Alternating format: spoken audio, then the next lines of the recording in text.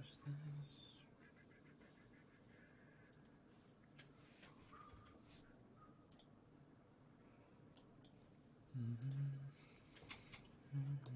Oh wait.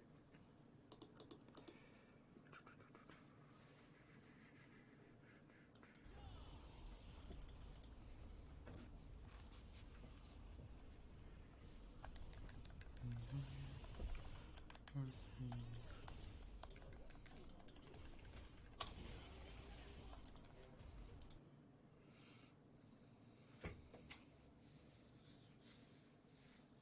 Oh, let me go back.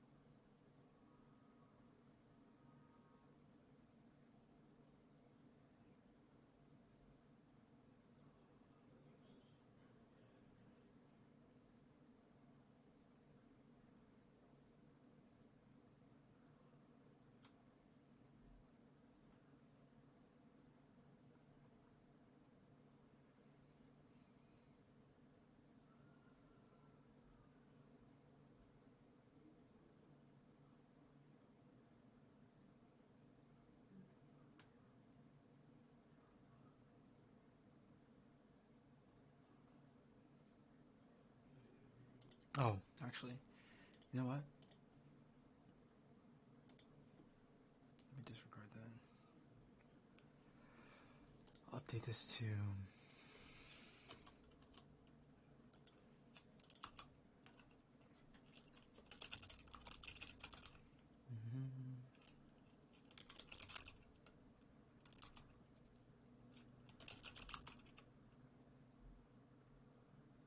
Actually, you know what I should do?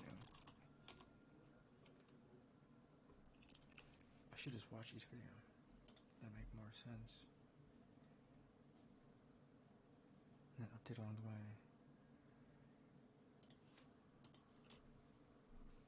Maybe. Actually, hold on. Rich in state media. Yes, they really are. There are people on the most basic of visas that will be doing everything because the state allows them Yeah, to. correct, Right? correct. So, Anyway, just had to put that out there. yeah. All right, so get out of here. What has he got to say? This One Belt, One Road is going to help more Italian people and more people from Europe to come to China to study and work, to understand more about the culture. Today, my dream is to put all together and to make it become like a book, to make myself kind of modern times Marco Polo. I love how they made the ships for him even. Yes. Oh, no! Shattered dreams! Sorry, Italian chef made student. of cheese.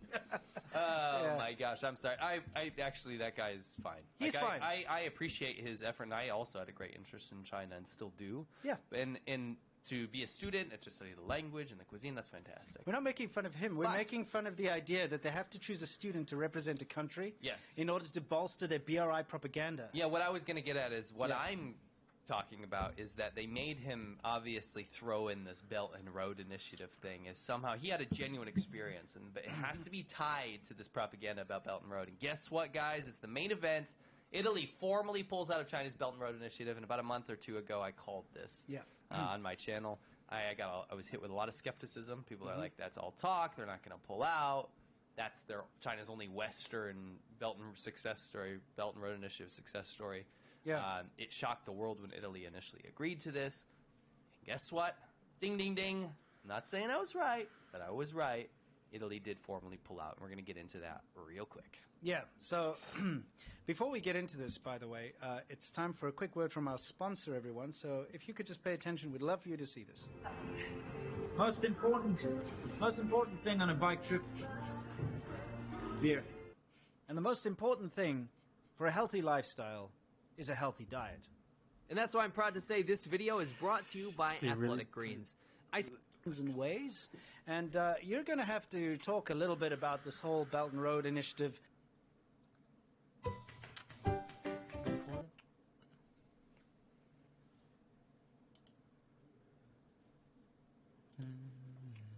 decided to join this whole thing in the first place? So a lot of people are attributing this to politics, to the election cycle, to the fact that, Maloney, the President Maloney, is more right-wing, so they're saying, look, it's a big success for that. We're going to push that aside. Okay. Today we're talking about actually what happened, right? And I think this is a 30-second clip that'll explain things pretty well. Okay, is it in English? Yes. Okay. Italy has officially told China it is leaving the Belt and Road Initiative. That's according to government sources on Wednesday. Italy became the first and so far the only major Western nation to join the trade and investment program, ignoring warnings from the United States that it might allow China to take control of sensitive and vital infrastructure. However, Italian Prime Minister Giorgia Meloni said when she took office last year that she wanted to withdraw from the deal. She said it had brought no significant gains to Italy. The 2019 accord expires in March 2024. An Italian government source said Rome would not be renewing the pact. China's foreign ministry spokesperson Wang Wenbin told reporters on Thursday that the belt... Pause that for a second. yeah. Who is that? Oh, that's right. Just had to put it in there. Go ahead, continue. Sorry to break up the news. Yeah, exactly. Anyway, what did he have to say other than... For those of you that understand, Wang Wenbin, for some reason, and we don't get it either. Sure. But somebody in our chat during a live show said he sounds like the gurgling of a water cooler. Going glug, glug, glug. And some people started making memes out of it. Anyway, we laughed for like 5 minutes. Yes. Because somehow it makes sense. Makes sense. And so it became a ritualized thing. Yeah. So now that you're all caught up. Let's move on. What did he have to say other than this? Okay, let's see. Belt and Road has enormous appeal and global influence without singling out Italy for criticism. China firmly opposes smearing and undermining cooperation in...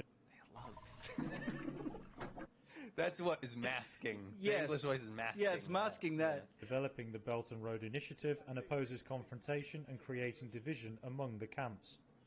You know what's weird is actually all I heard was something else. Oh, what were you hearing this? Yeah,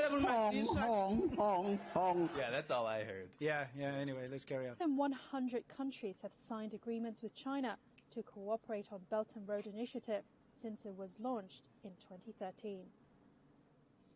Okay, so this is a trend that is, I'm going to say, it's kind of like putting a Band-Aid on a wound that started. Now, if you don't know, the Belt and Road Initiative, like you said prior, if you're just tuning in, is this idea that China can spend trillions of dollars around the world and gain influence in those countries. It's basically a clever way to counterfeit or wash the idea that you're colonizing a new country. Yeah. Right? China has this whole thing about how it was colonized, and rightfully so, how it was taken advantage of by other countries, right? Japan, Western powers, right?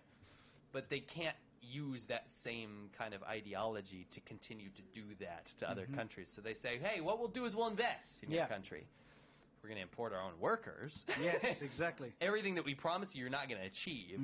A lot of the projects that we start won't finish. And then when we don't finish that, you're still going to owe us a ton of money. And when you can't pay that, we get your ports. Exactly. And then It's we'll make a board game about it, too. Yes, which we covered last time, Yeah. a couple shows ago. So what you have to understand is that this was smiled upon in the beginning as some sort of new idea, right?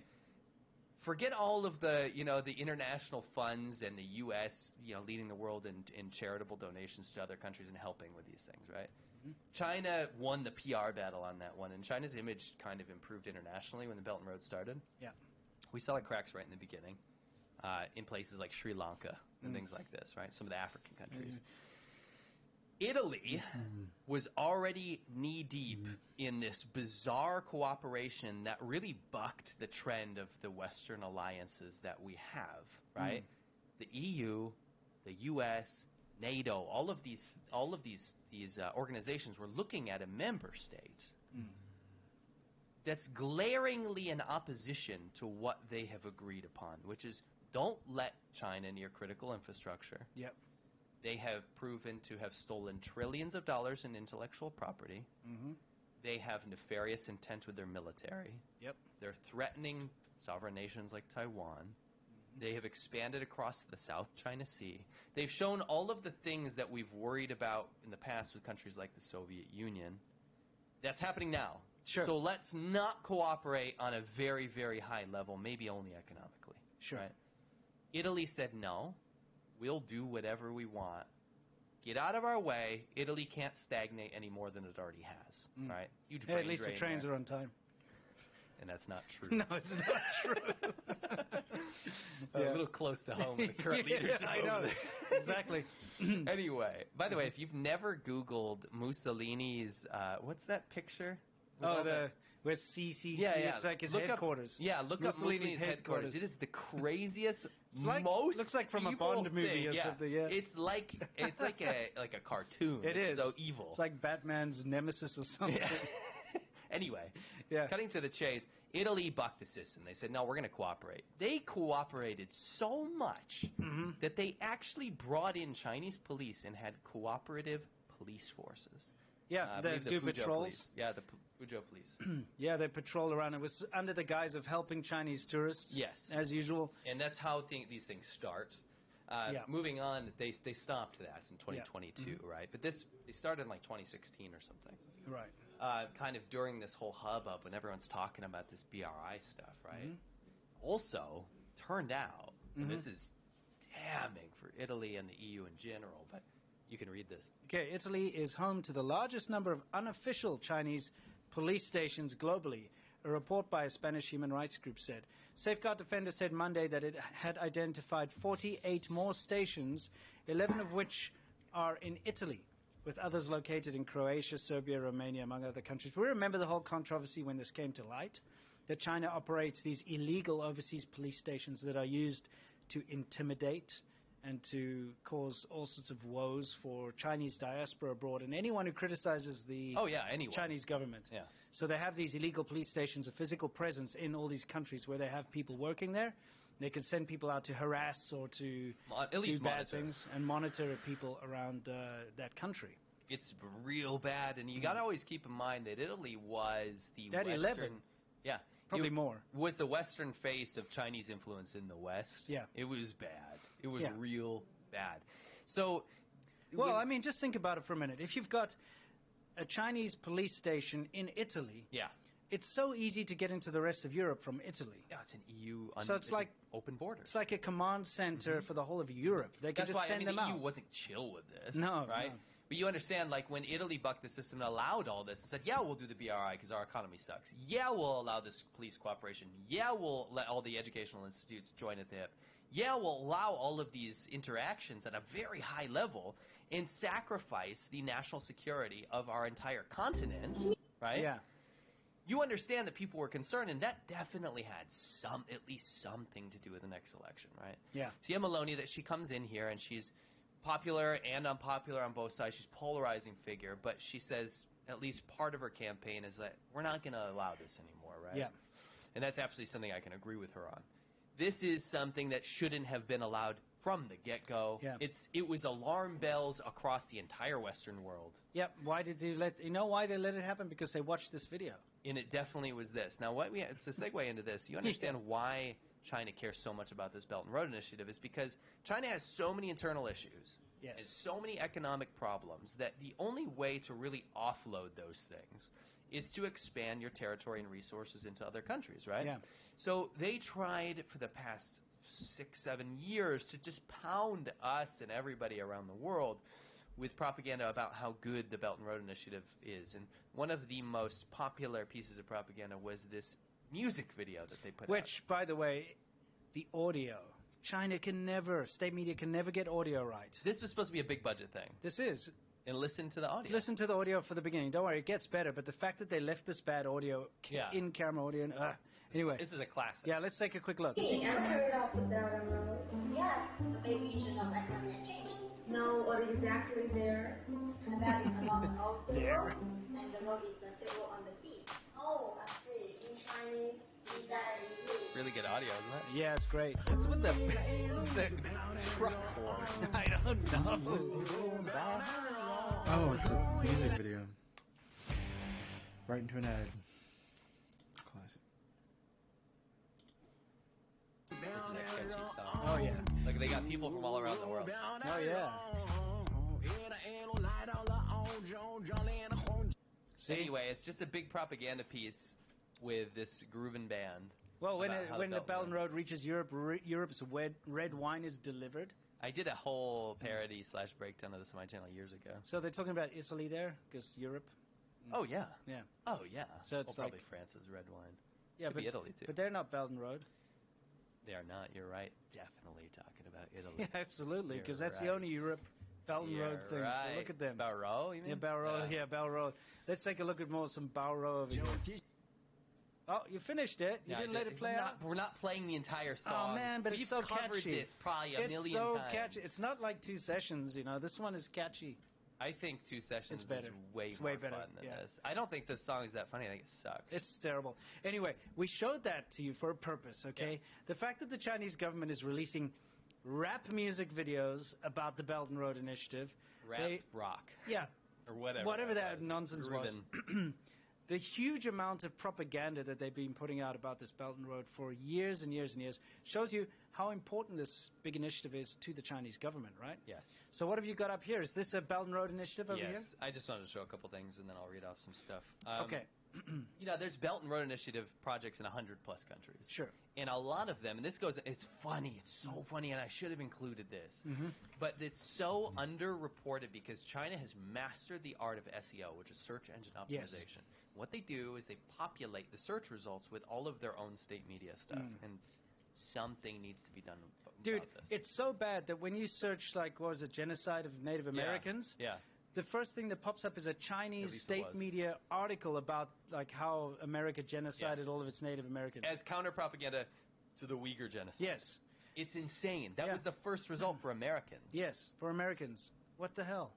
So they've mastered search engine optimization. Yeah. So when you look it up, it's insane how underreported the failures of the Belt and Road are. Yeah. You'll get articles that talk about it, but when you want to search for media and examples, they have successfully suppressed so much information about this.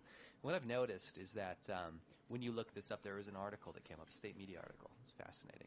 Yeah. It said the Belt and Road Initiative This is from like China Daily or something. Yeah. It said the Belt and Road Initiative failures are widely represented, but its successes are underrepresented. They called the article that. Yeah. Which is like what they're trying to do, basically. Yeah, exactly. Like the reverse psychology. I mean, you have to think about it this way. The countries where it's failing terribly, Yeah. they owe China billions of dollars, right? Yeah. So when you owe somebody billions of dollars, you're probably not going to go out there and badmouth them. Because you're in debt to them. Why would you? Yeah, you're in debt to them, Yeah. right? So you wouldn't. No. So, I mean, look, the truth is out there. It's pretty easy to find out. You just need to look at the Belt and Road initiatives, the countries that have signed up. Yeah. Take a look at the infrastructure projects. Did they get completed on time? You know, is the country defaulting on the loans? What controversy is going around? You always find out that there's a corrupt politician who's being ousted now because he agreed to this stuff. Yep. You know what I mean?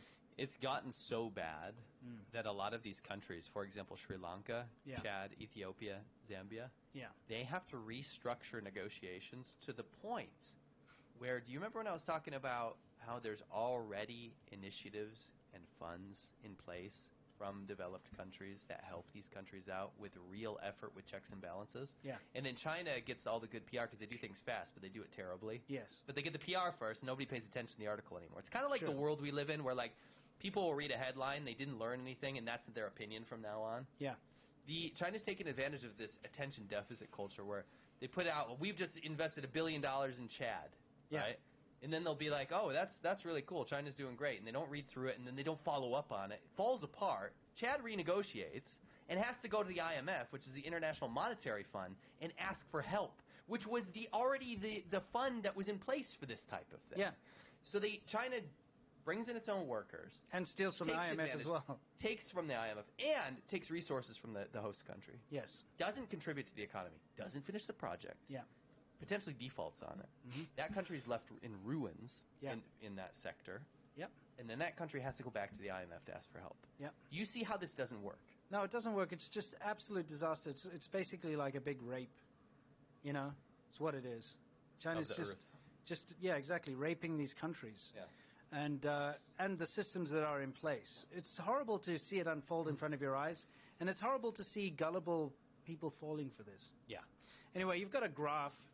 What is this? We just look at this. The value of the BRI projects is supposed to have been exponentially higher each year, and it's gotten so bad right now that China now, at least even the leader, has said that has kind of had to restructure how they talk about it, how it's a challenge now, right?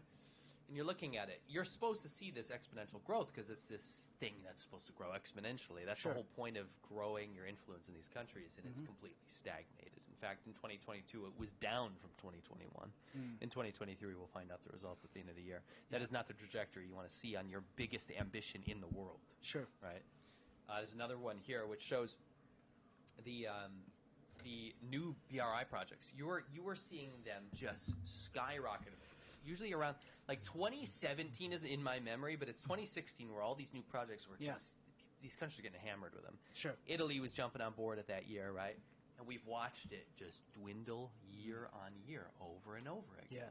Yeah. And they are not gaining the influence that they once had hoped for. Now, I'm not saying that countries aren't going to keep joining. Sure. I'm not saying that this is a complete dismal failure to the point where they're going to pull the plug tomorrow, because it's too big to fail. Right. It's too much of the economy. It's too much. There's too much on the line. But I will say that I think China has to look in the mirror and say, this is not what we originally set out to do. Like the goals have not been achieved. And we need to probably stop hemorrhaging all of these resources. Because unless they're getting like 2 times return on their investment in whatever resources they're taking from that country, this is not going to be worth it. Sure. Right? At the end of the day. These countries will fall out of favor. Yeah, I think what's happening here is countries are, in the beginning they were promised something. Yeah. And it sounded good. Yeah. But now there are enough examples out there to show that it doesn't work. Yes. And that it's actually foolish to go ahead and join the BRI and to start these projects simply because you're starting to see, hey, it failed here, it failed there. And this country lost its deep water port, that country lost its airport, that country now has lost all its mining rights, that kind of thing. And you're like, yeah, maybe we shouldn't join. I think you're right. I think this has very poor optics. It's poor optics, but it's also has poor short-term results in getting people to change their mind. But long-term, no one's going to look at the BRI as I should move my camera. No. And I think a lot of countries will learn from that. I think this is really pushing more countries into the Western fold again. I think it's backfiring. Yeah, well, let's see where that all ends up, eh? Yeah, well, Italy was a huge blow because Italy was the poster child because it was the only Western ally that was in the BRI, right? Yeah. Sorry, I just had a chuckle because I remembered our show on Monday. Oh, that's right. So for those of you who don't know, we have a VIP show on Monday. And, well, if you weren't there, this is what you missed out on. Let's take a look at this nonsense. What is she doing? What is that? Get out of here. Get out of here. It's like Tweedledee and Tweedledum. Yeah. When I see this, I feel so depressed. Horrible. Do Chickens living in a van. Stupid chicken doesn't go over that stupid pole. What's wrong with a stupid chicken? He can't get over the pole. He's like, what? He can literally fly and jump. They're like, no, I cannot cross this magical pole. Oh, and here's the mascot of the amusement park. Gilly Man. Gilly Man. I personally like the Peppa Pig guns. Peppa Pig like. Peppa Pig hunting rifle. Hunting? Yeah. In murder. Yeah. With Peppa Pig. I know, it's just so wrong. Being able to do the things that I love is super Commercials. important to me. Right on time. Let's get these commercials. It was a great show. Yeah, we really enjoyed that. By the way, that was let's get us up there. That was us talking about kind of a cursed amusement park that I came across and filmed. And I filmed this amusement park. You'd have to watch it to see. It's but it was fascinating. just, it was very interesting. It's very funny. Yeah. So if you would love to join us, please come over to patreon.com/ADV podcast. If you have the means, we'd love to see you there. It's a hell of a lot of fun. And like I said, it's a VIP show, so we get to really open up to you guys, talk about a lot of things, and we show you things that we just don't normally show on YouTube. Yeah, it's a blast. It's Super a blast. fun. Anyway, let's move on now. I guess it's time for Wumao Corner, right? Yes. You would be correct. Okay, and from Wumao Corners, is this really Wumao? No, I put them in the wrong order. Okay. So skip forward, please. Okay, I'll skip forward. I'm skipping forward. This? Not yet. This? No. This? No. No. No. This? No. No. This? No. This? No, sorry. This. Yes. No. Go back. It's all the war stuff. All the war stuff Yeah, is it Wumao starts. That's Wumao Corner, and then Worldviews prior to that. Sorry, Okay. I mixed it up. All right. My bad. Okay, no worries. We'll sort this out in a second. All right, here we go. So this is going to be Wumao Corner now. What are we looking at there? You tell me. You're the ship boy. I'm not a ship boy. I'm not like one of them. In Texas. This is a battleship of sorts. Destroyer. A destroyer. You sunk my That's not a destroyer. battleship. Yeah, it's a What? cool looking ship. I'll What give is you it that. like? It's like Pretty spiky. It's like a stealth ship or something, you know. Looks very futuristic. So what I want to say about this It's an American ship This is of American. war. This is the most important thing. You can just play through. Okay, I'll play through. This ship GDO? has some significance because you know what it did? You know what this ship did? What? This cheeky ship. Mm-hmm. This is it, stationed in Texas here. Yeah. People sending it off, giving it to good luck. That's not the same ship. It's not the same ship. That is not the same ship. You're right. That's a Can I frigate. say what happened? What? That's a Chinese ship. It met this ship. Okay. You know where it met it? Not in Texas. No, where? That Wait. ship that you just saw that was in Texas Mm-hmm. was pretty far away from Texas in the South China Sea. I see. And it was kind of boating around as boats do. Yeah. And it was met by this. By the way, this Chinese ship is an interesting number. I mean, a little on the nose, guys. 666 over there. Little on the nose. Mark of the guys. Beast. You just can't make Reminds that me of up. this guy I saw in Shenzhen, and I filmed his outfit. Oh, this guy. Yeah. This Lucifer. Lucifer 666. Lucifer. Triple X. What Man, even this is guy that? loves the devil. Like, who wears that? Anyway, this is interesting. You know, I saw that. That's not the first time I saw that. I saw that in China quite a few times. I saw it a few times. Isn't it weird? It was a weird thing. Yeah. There's probably some fashion thing. It was probably in the West, to be honest. Maybe bet somebody it could was. tell us. Anyway, the Lucifer Devil 666 thing, yeah. Devil Ship was pretty mad and sent out these little boats that looked like they would be from Empire Strikes Back or something. Anyway, you know why?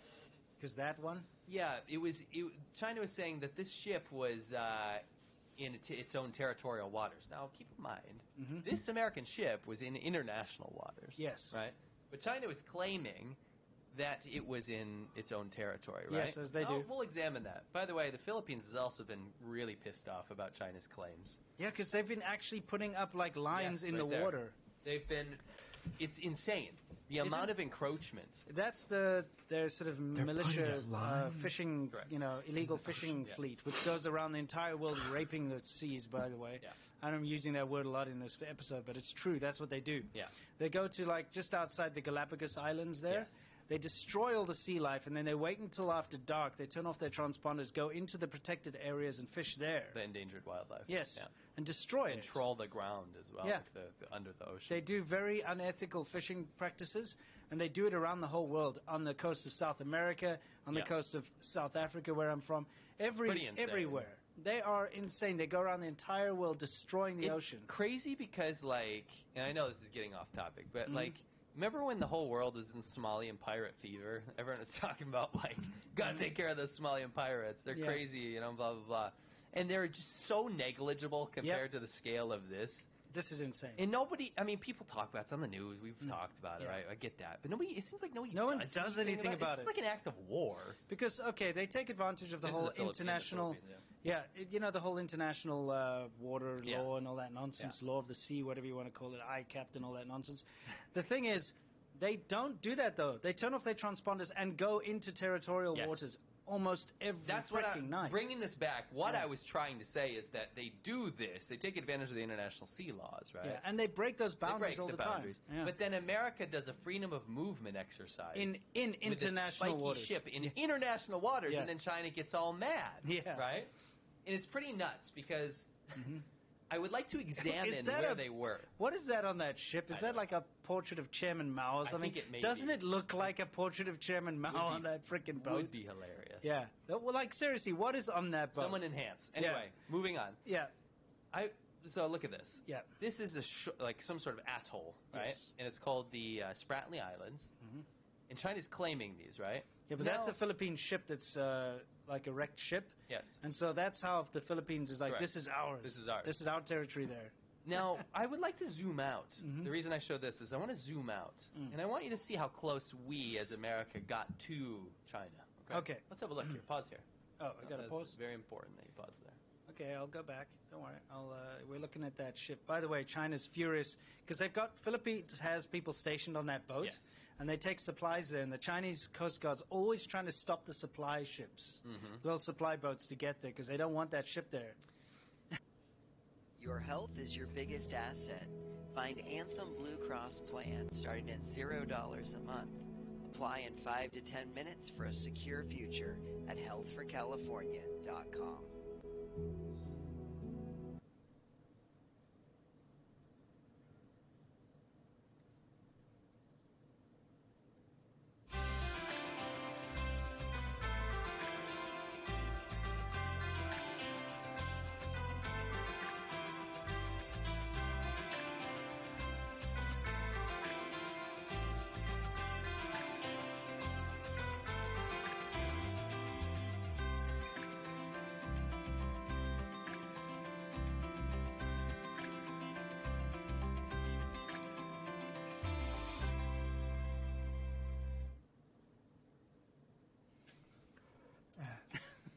Okay. Let's look at this. All right. Can you point out to me? You can point at this green screen here. Where are the Spratly Islands? They're right here. Okay. Little dots. Where's China? Can you show me China? No. I mean, up there is like, is that Hainan up there? Yeah. Where's mainland China? Above this. You can't see it. Because it's not there. No, it's not in this map. So what you're telling me is that, devil's advocate here, China's getting mad at the U.S. doing a freedom of movement exercise. Next to the Philippines. Next to the Philippines, in the Spratly Islands. Can you point at the Spratly Islands again? Here. In saying that they were in China. The U.S. warship was in China. Where's China on this map? If you China's not on this map. No, mainland China is not on this map. That's true. They are so far away from mainland China. You can now understand maybe, I wanted to do this a little facetiously. If you don't understand the South China Sea controversy, you maybe now understand the sheer claim that China lays to the South China Sea. Almost all of Vietnam is on this map. Yes. Almost all of the Philippines is on this map. That's the thing. Look here. Where my hand is, that's the Philippines, right? Yes. And so the islands are right next to the Philippines. And so it's claimed by the Philippines because it belongs to the Philippines, right? Yes. These Spratly Islands. But China, which you don't see on the map, which is up there somewhere, is like, no, all of this belongs to us, including your stuff. Yes. You know? So how ridiculous is that? It's very ridiculous, but it has caused a big hoo-ha. It has. It was big news. But moving on, the hypocrisy continues because what just happened in Cambodia? Well, China is just pulled up to the Rian Naval Base and now has its own naval soldiers there and is now doing joint operations with Cambodia, and the rest of the world is very worried. Sure. Because they might have just achieved exactly what we've been talking about in the Belt and Road Initiative, a usable port for their own navy. Yeah, that's what they want. They want to expand. They want to expand and colonize without calling it colonization. It's pretty bad, though. Yeah. Like, this is not what you want to see. Yeah, the imperialist country of China. It's funny because they would just really hate that word, don't they? It's true. It's just what's happening, though, isn't it? Yeah. Oh, Anyway, this is something else. This is Wumao Corner. Okay, so now we can do Wumao Corner, where we talk about the Wumaos. Oh, we were still what? Yeah, that is Wumao Corner. You just played that. So wait, are we in World View now? No, this is still Wumao Corner. It's still Wumao Corner? Okay, then ignore this title screen. Let's go back to this.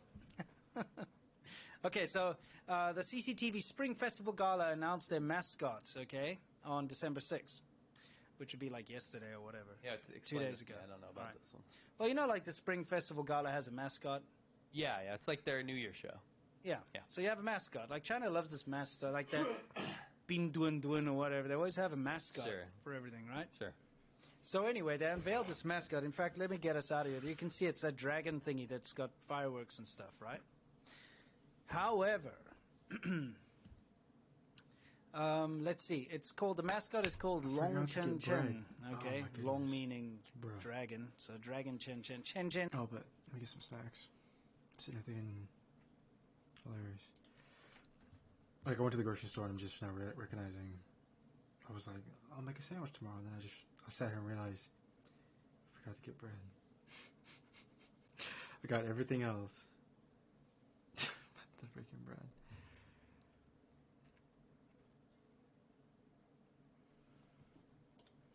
I could do eggs and bacon. Some chips and salsa. Eggs, bacon, chips and salsa. Apple juice, orange juice, water. I make that the breakfast. Some yogurt and oat milk. Hold on. Let's get something. Shout out. Paul Brothers playing Akali. Oh, it's a good game. Jade probably is. Oh, she's still up. Playing Why her screen? Oh, okay, Why her join. screen changed? Hold up. Then. Who would be Riven Vane guy? Is this Viper? Who's Riven Vane? What? I don't. Okay. No. Oh, she's playing Lethal Company. Oh yeah. Sup. Sup. Oh hey. Hey. Where's everyone else gone to? Oh my god, it's so weird to hear people in Discord. I'm so used to. It's so clear. It's so perfect. Wow, this is kind of nice. Is this what we sound like? I forgot what we sound like, dude. Jade I only know Lethal Company voice. For you. What the fuck was that? Well, that sounds so like Lethal What Company. was that? That sounds so like Lethal Company. Yeah, that did sound like it. Who's big XX Who do you think? Take a wild guess. Who do you actually John already think? left, so. And who would that leave? I'm joking. No, this is a joke. Jody. Sorry guys, I'm just a bit cooler. Oh my god, dude. I'm just a coomer. I'm just a big old munch tonight. I'm sorry. I just be munching. It's like the new simp. Oh, I see. Here, I'll link you the. Okay, she missed 2 melees as well. Is it the new simp? Yeah, Nice guys, our bot lane gets advantage. I thought it just meant Sera somebody team who walked all the way up here. eats. They better win lane now. You know what I mean? You know what I mean? No. Okay, here, I'll link it in the general. I thought it meant, yeah, like eating someone out without getting something back. Oh. I don't know if Shoto's Flush. coming, guys. Why does someone have a flush emote? Is Myung It's coming? not drawing mode though. Like it's not drawing mode. Yeah, it's literally just What does that writing. mean? Are Myung and Shoto coming? Urban, Bro. a munch is someone who is only used to eating pussy without getting anything in return. Learn something every day. Used to? Oh, thank God it's not drawing. I don't know. What do you mean? I mean, I like it, but It gives me hand cramps, and I've already used up my physical stamina. Where's Myung? Where's Myung? I don't think she's. Myung. I'm hoping I can summon her. She said she was leaving in the chat. Am I supposed to play? In the chat? She said I'm gonna call it quits for today. Chat is. Oh. Which in the chat? Oh, but this is Gartic.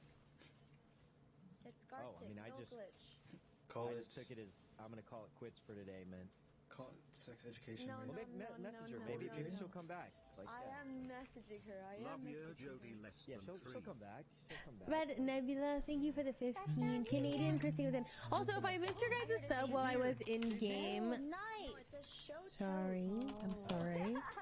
I'm very bad about thanking my subs. I try to do like a little sign in language, but I get it. No. Stay. Okay, well, I think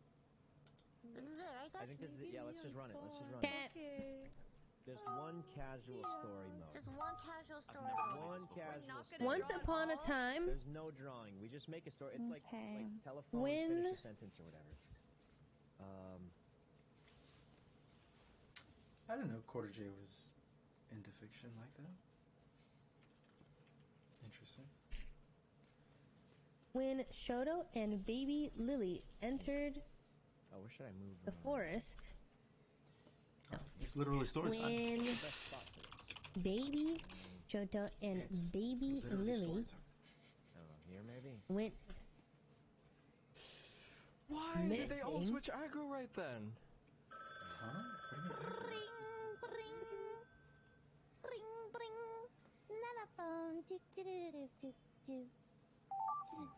A young boy joined for Lethal Company but played Gartic phone instead. He was devastated. Oh, I get it now. Disappointed.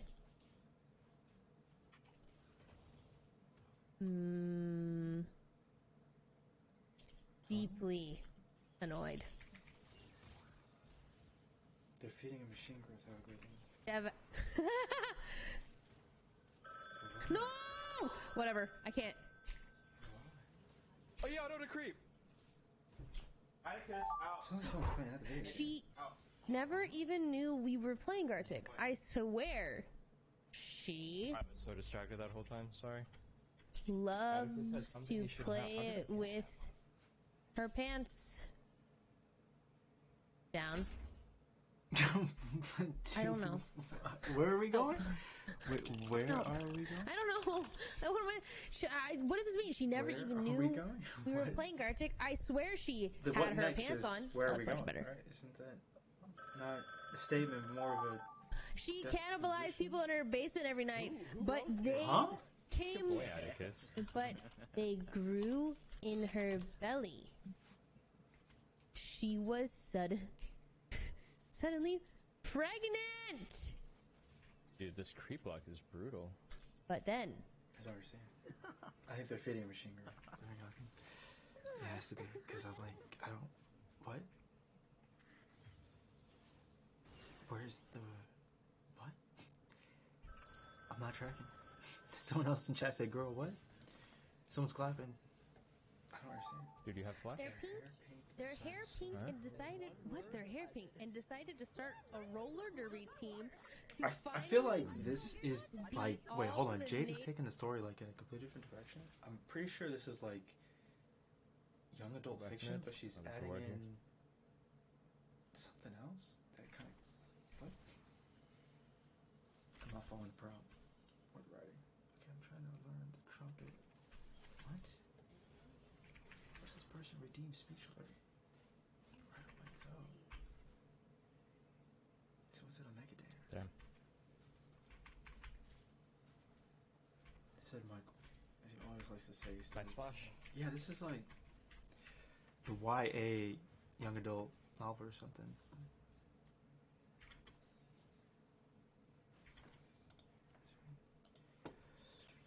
I know what Jay's doing. I know what Jay's doing. It's turned on. Literally, like, huh? Huh? Hold up.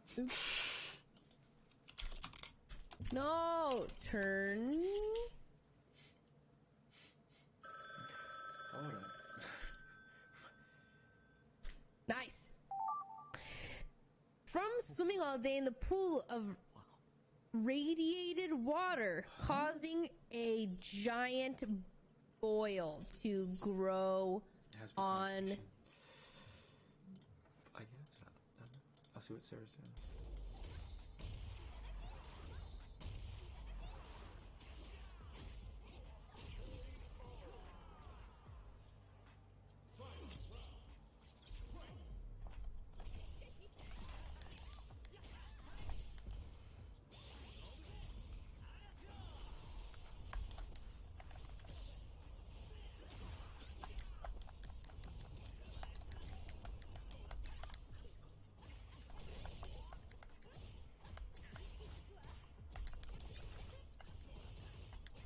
I knew it.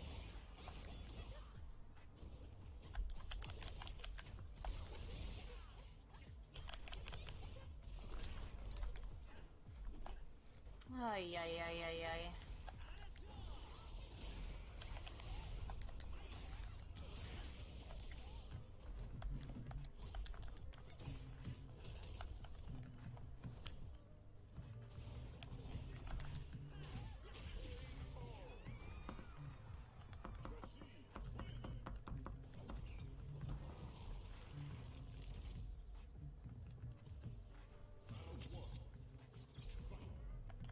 Again, oh my god, 3 times in a row. We literally started the round the exact same way, 3 times in a row.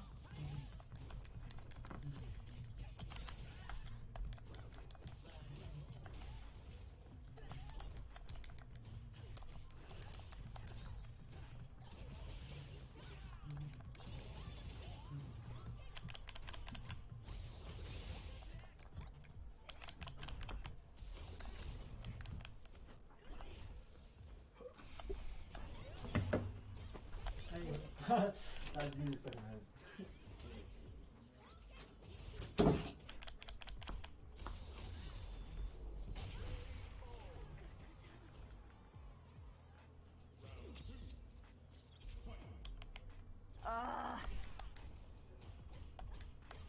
Okay.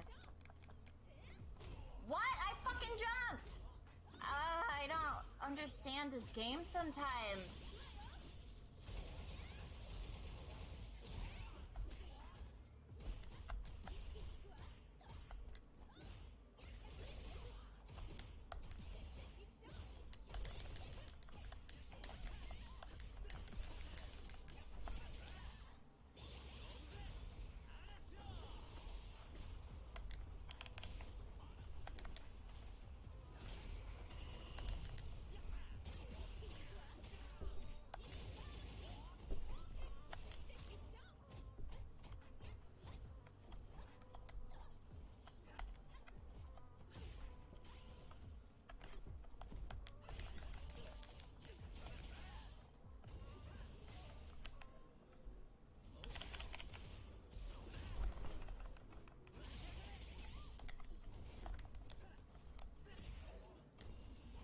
That was stupid of me. Should have known she was gonna fucking do that.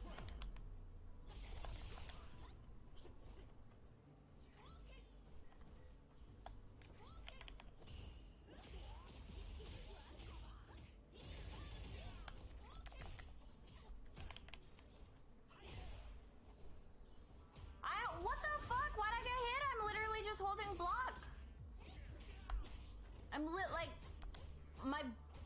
I'm only pressing the back button, nothing else, and I get fucking hit in the face. Like, it's literally the only button my finger is pressing, and I got hit. Because this game is stupid and I hate it.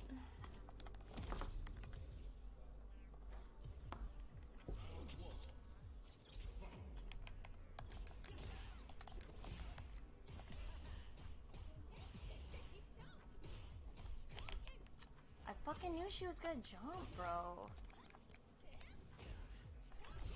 Oh my fucking god.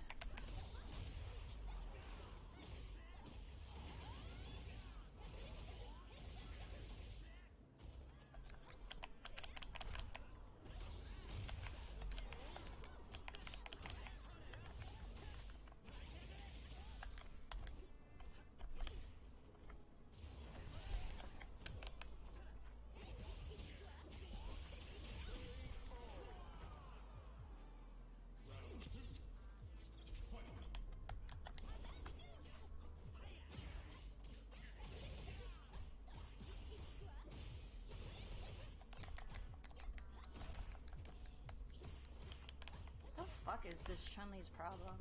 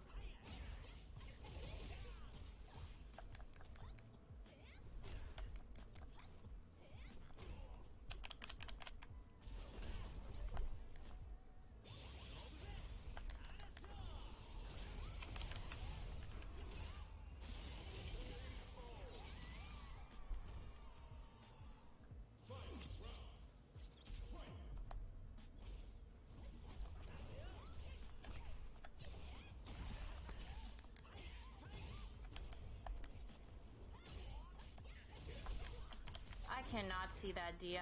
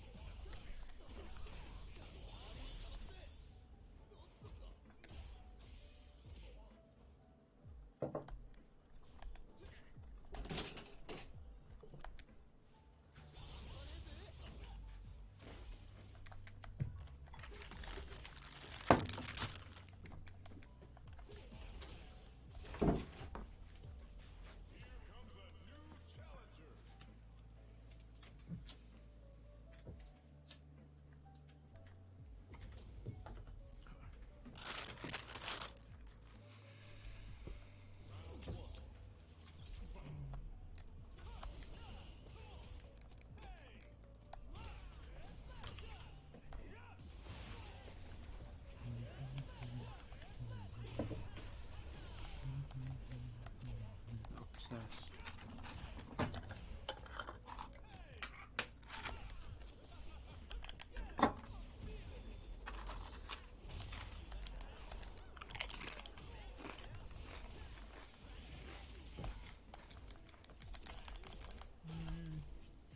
Where's my cartwheel? Oh my fucking god, dude. Oh, I fucking hate this fucking game. Is Sera okay? Where's she at right now?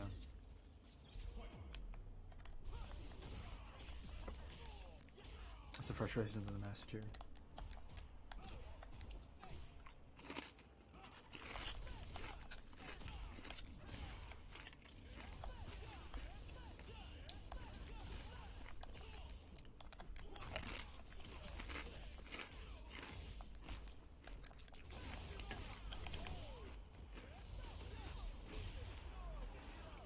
I don't know why I did that.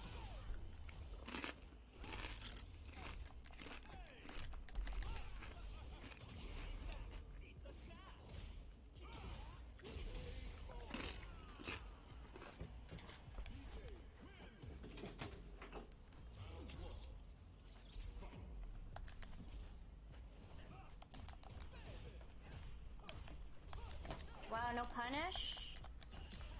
Crazy.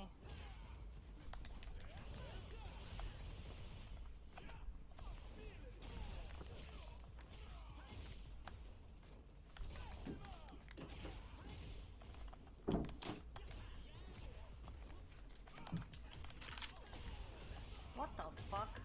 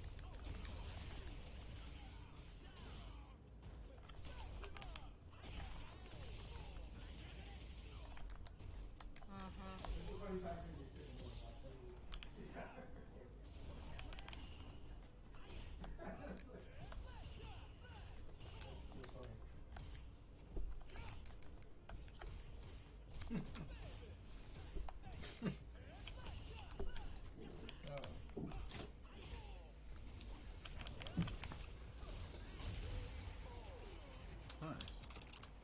Oh.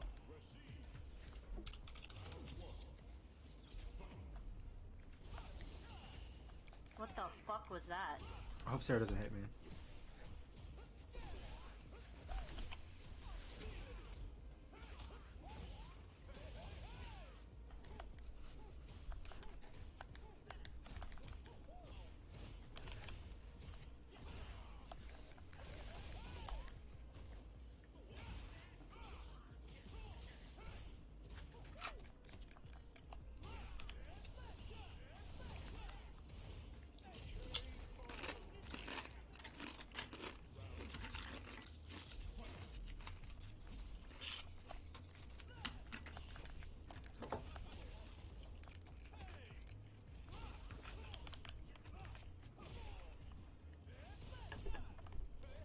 I didn't know what fucking side I was on. She knows what side she was on? The fuck are you doing?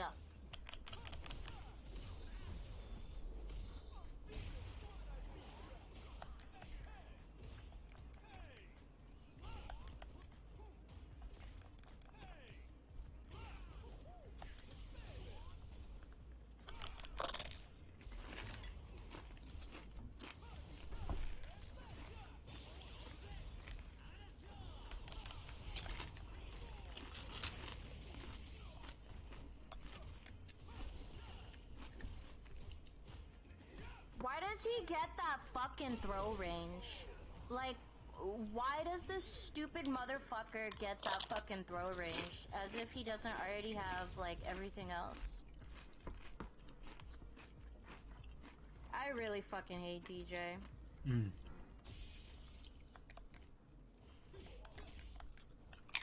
They just give him everything for like no reason. It's like, okay. Good for you.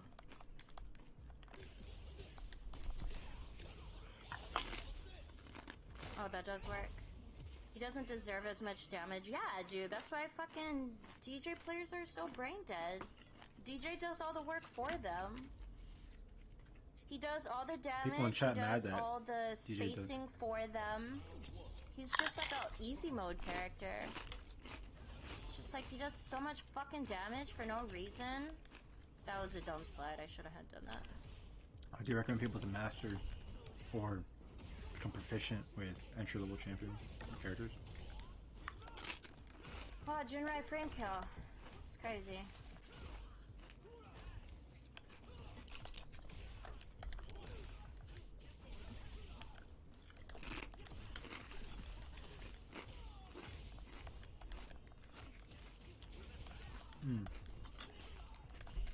Yeah, that was. I could have did forward medium punch.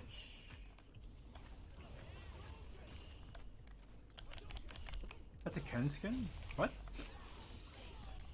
It actually took me. I'm sitting there snacking. I'm like, fuck is this character?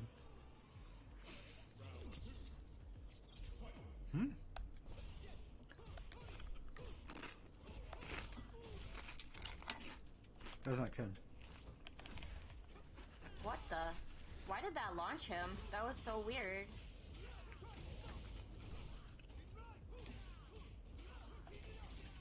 Oh, here we go. Ken bullshit.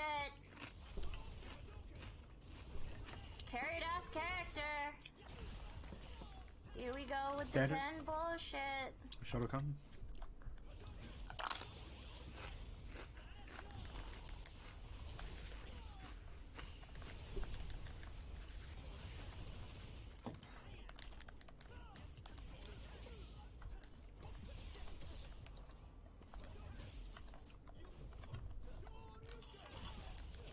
Oh, no.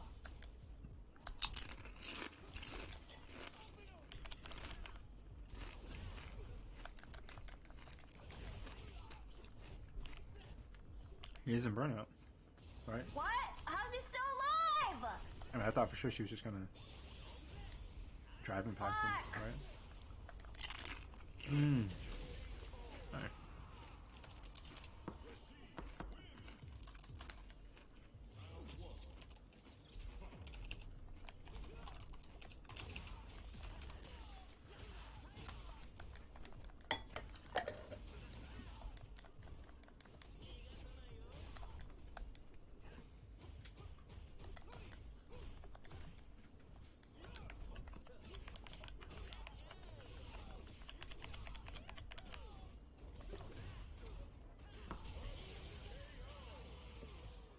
Who's the best character, JP or DJ?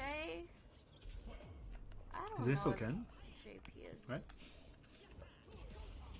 Or I don't know if it's because I don't play that many DJs anymore. So maybe like.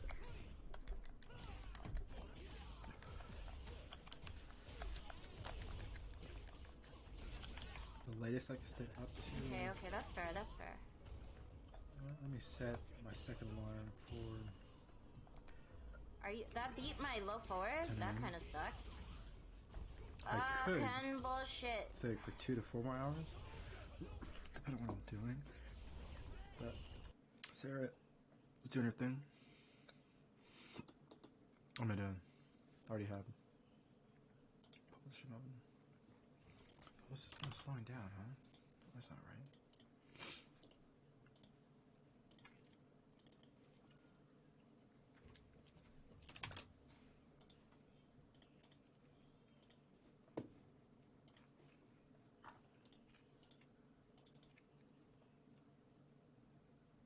Is it Discord?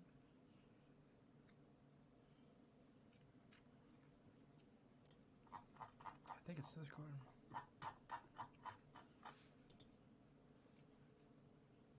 Yeah, Discord's like trying to run in the background, but it's doing too much right now.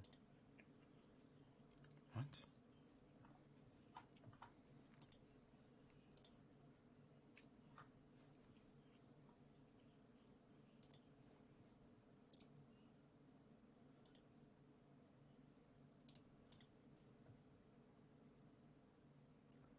What was that?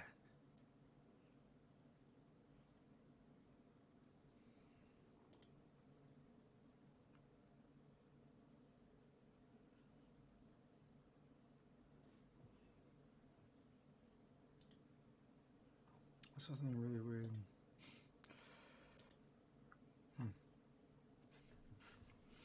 Am I connected? I should not be connected. I'm not.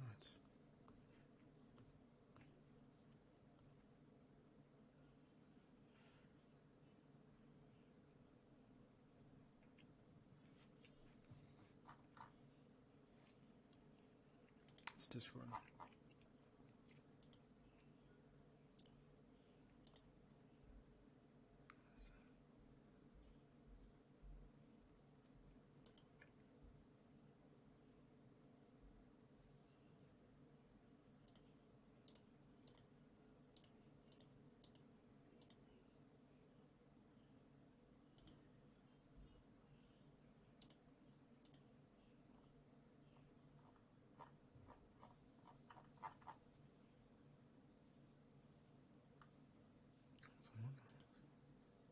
What two things are open that are running?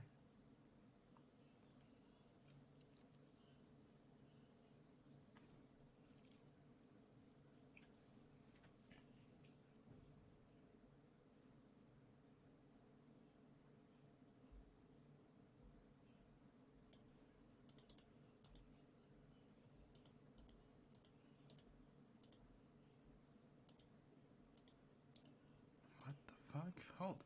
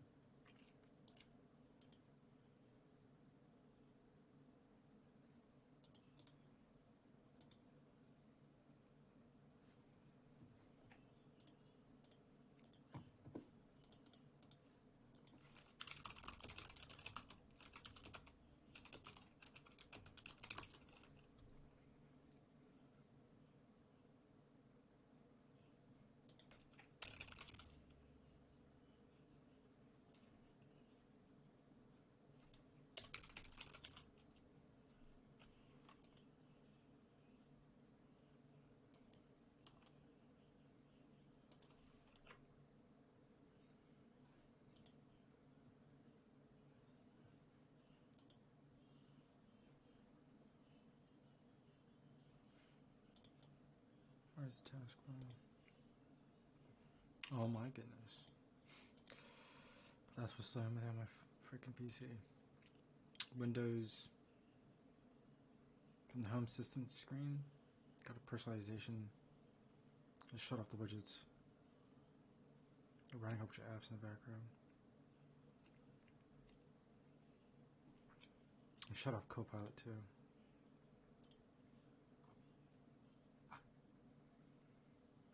That was weird. My system's back to normal. Yeah, everything is super responsive. The problem with the Microsoft widgets that are running in the background, all of a sudden they're running so much that they were slowing down my incredibly powerful PC. What the fuck? It's doing too much.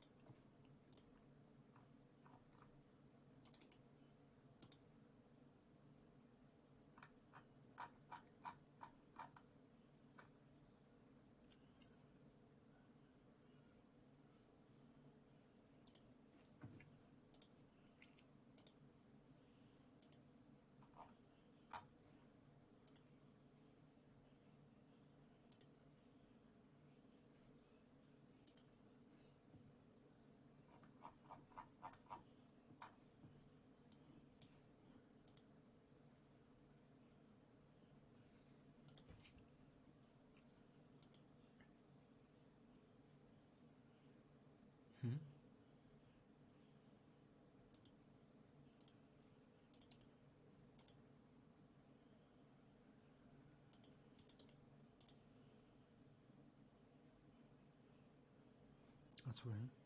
Hold on. This running should not be running.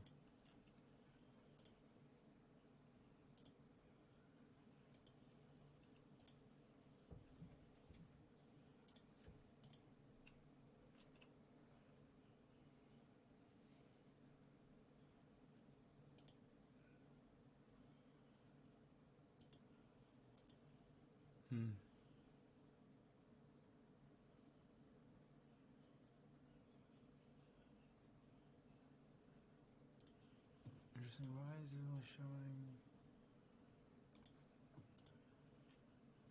Oh, gosh.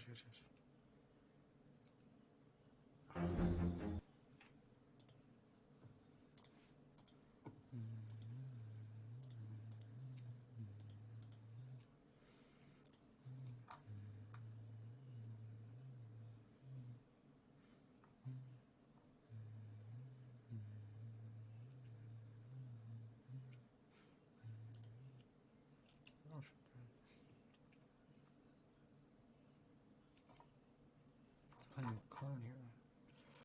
Oh.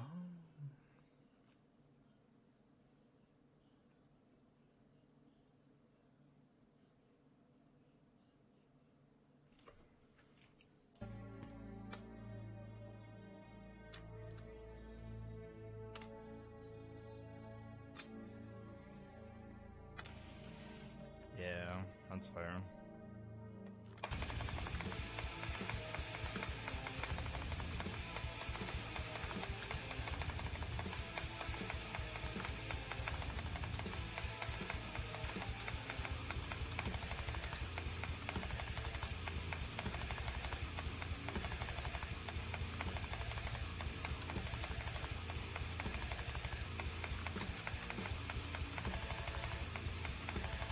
So your THC is Mortal Enemy?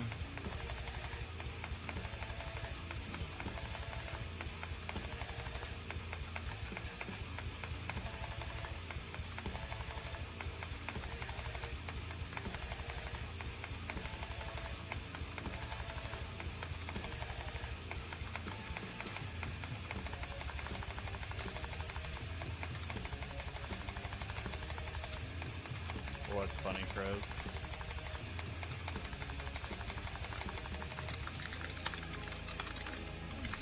No.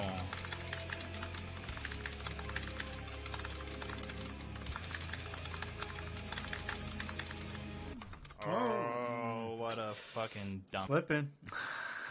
It's okay. Oh, look at that.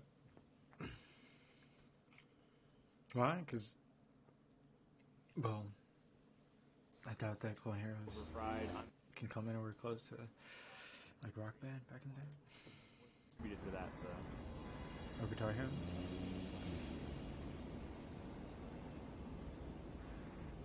Yeah. Because I used to have that anxiety. I'm a like brain 20, doctor. It feels the same. Also, Kyle is not a brain doctor because you haven't mastered anything about the brain. Lunch, when I'm back in LA, sure. The Yokohama heat strike, yeah. Quite motherfucking literally. It's not going to get older. The brain is the people say, but the forward frontier of dude, where the unknown hell science. is water? If you have not mapped Since he's coming down literally 30 minutes ago. So when someone's in chat saying he's a brain doctor, hello. Please describe that person. Hello. Even neurosurgeons don't understand that they're not neurosurgeons. Hola, Explain again to people. Even neurosurgeons don't understand that they're not neurosurgeons because we've not mapped out the human brain.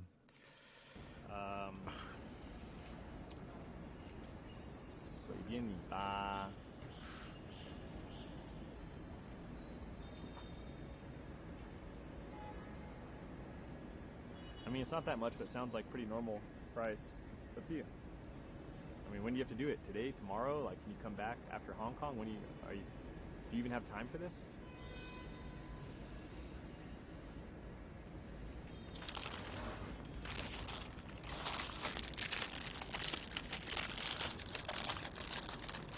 It's been 30 minutes since she told me she's coming. Or no, it's been 20 minutes since she said she's coming soon. She said to me 30 minutes ago, where are you at? Are you coming? Yes. And then she just messaged me, should I do it?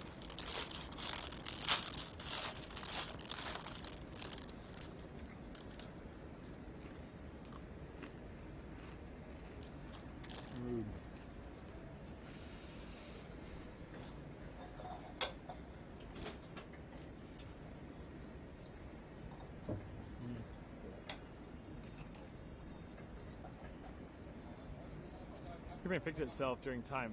Maybe not so well if you did 20 years of meth every day. Yeah, I think we're okay. Can't watch how to be a photographer. I'm a pretty good photographer. I think she wants the studio space. I think you have to rent the studio space. It seems kind of expensive to rent that. I feel like I could, but this is more professional stuff. If she's doing the walk-away haggle, maybe. And we're not in a rush, though. We do have time, guys. We have time all day today. All day today. Dude, I'm so happy that the little English teacher in Xiamen video is doing well on Instagram. I think it's a really cute video. Oh, I forgot. But if I knew it was going to take this long, I would have taken a lap by now. We're having good conversation, right, guys? We're good. Depends how many miles Jake has put in this week. This is it. That's me busy. 7 minutes ago, a person named Hot Doggy subscribed for 11 months. Said good morning. And scope on the rock. What?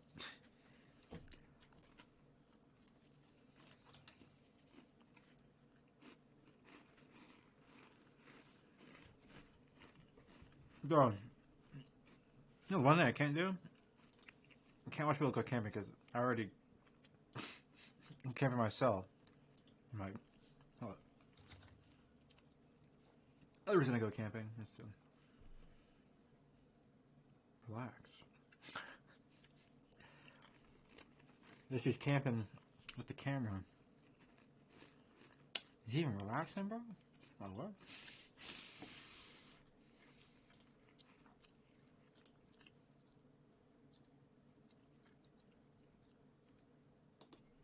Shane. NXI. What's Kachunk doing? Oh, she's a BTS fan. The bee is down for the honey. The bee is down for the honey. What does that mean? What does that mean? What is going on? He just naked castled. His king is so naked.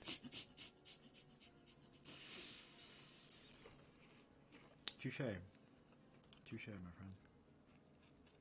This is fine.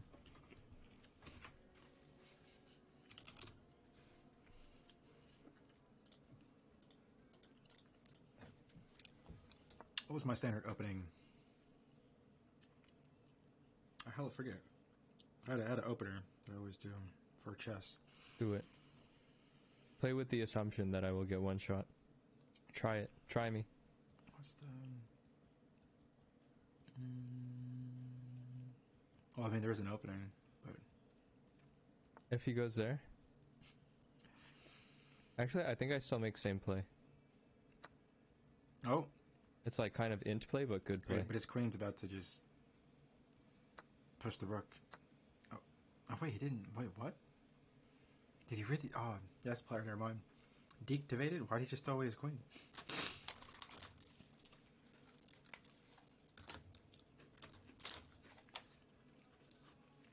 I thought for sure he was trying to move his rook. Like, what the heck? Wow. What?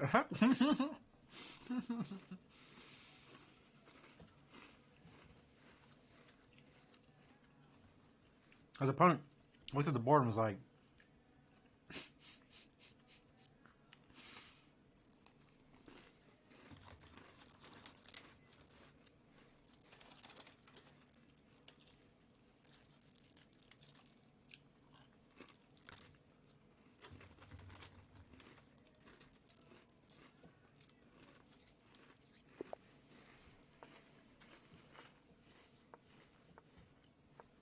How many gifted subs for Swords and Sandals 2? I've actually played Swords and Sandals 2 on stream before.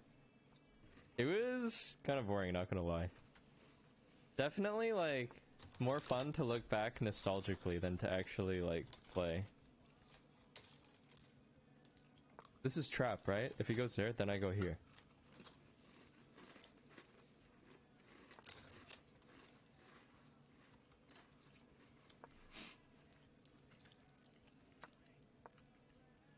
You fell for my trap. Oh.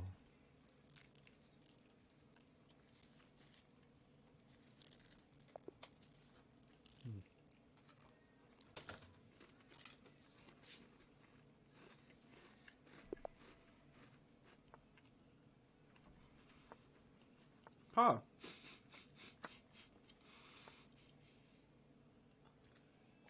Lucky player. Oh, we got RNG player. Always close your weaknesses.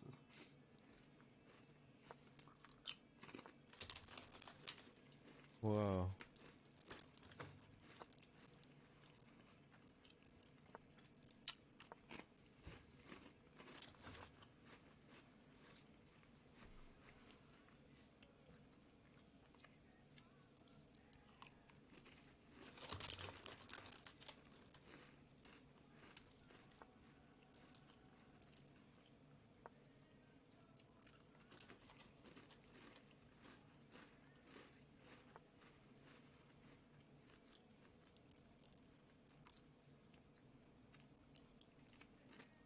I think he's trolling. Probably, yeah.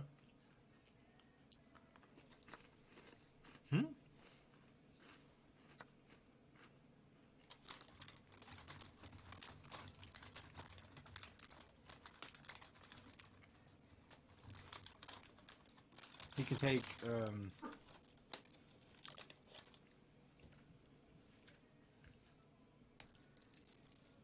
Hang on, I'm running the calculations here.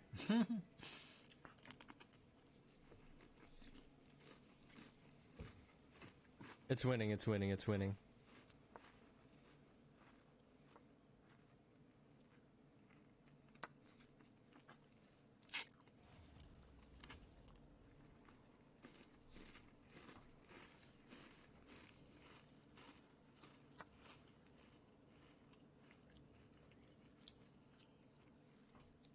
you have to shore up your weaknesses. I mean, Papa is just thinking offensively. I think we fucking lost.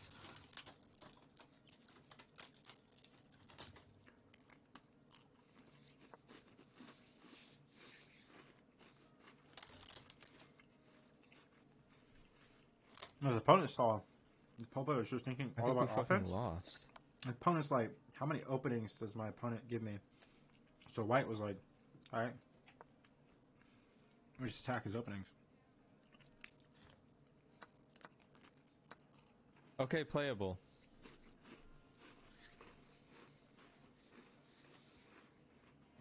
You want to give and show as very little with what you're about to do.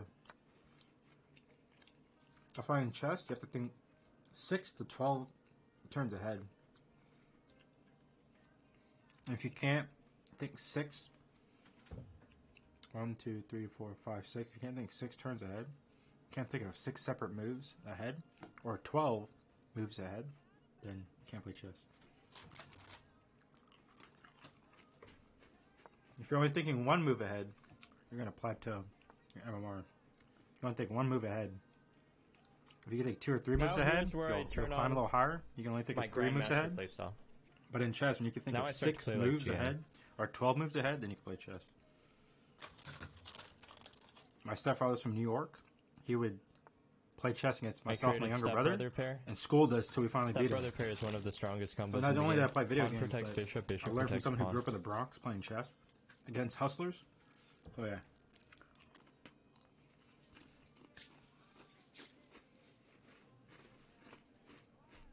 Okay, Paul Bucker. He'll get there in time. Get there in time. Only good thing. Then you actually have to live there and it sucks. But you just like to say it because it's cool and Melbourne's cool, but like, it's not, but it sounds cool. The idea. You're in love with the idea of it. You don't actually like it. Admit it. Shit weather, no beaches.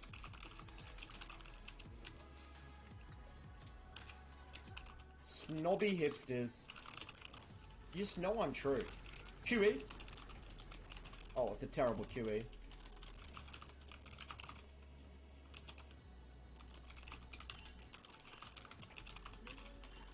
What the fuck is a golden kappa train? What is this? But like, I don't think Midbeast understands that Australia, like, from now, 2023 to the next 30 years, it's like the place to be. They're building like bullet trains, massive city centers, entertainment design. So many jobs are flowing in. Housing is affordable. Like next 30 years in Australia is going to be like pretty incredible. Wait, what? Wait, what? What? Nautilus Q? Like, people that are not from the United States are like, oh yeah, I want to move here. I'm like, dude, wait till you run into traffic, bro. Wait till you're stuck in traffic for 20 hours, living in California, and you're like, holy fucking shit. Like, yeah, that's...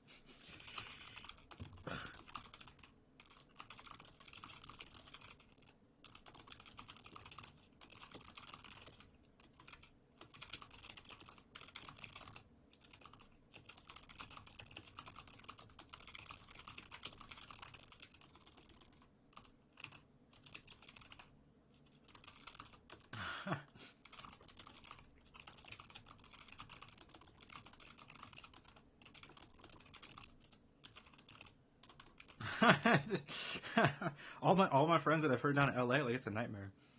I remember, like, to go just a short distance, it took like 45 minutes just to drive, just a short ass distance. I was like, bro, I looked at the Google Maps, it was like, it's gonna take you 2 hours to go from one end to the other end in LA. I was like, dude, it's not even that fucking far. I was like, why the fuck is this taking 2 hours?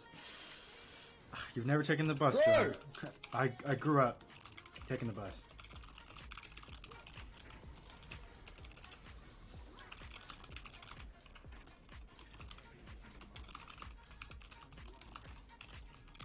I've been stuck on Highway 5 Graves! Kappa. for 4 hours, stuck in traffic. Stop cappering! LA's a nightmare for transportation. I grew up taking the bus and the train in the Bay Area when I was a kid. Tefik, thank you for the prime. What's this shit? Cap. Like, people talk about, oh, let's move to LA, they want to live in California. I was like, they have no idea until they finally get to California how bad the traffic is. Till you're stuck on Highway 280 or Highway 5 for hours. And then it starts adding up throughout the week, and they're like, fuck, bro, we're just stuck in traffic for 15 hours out of my whole fucking week. You're like, yep.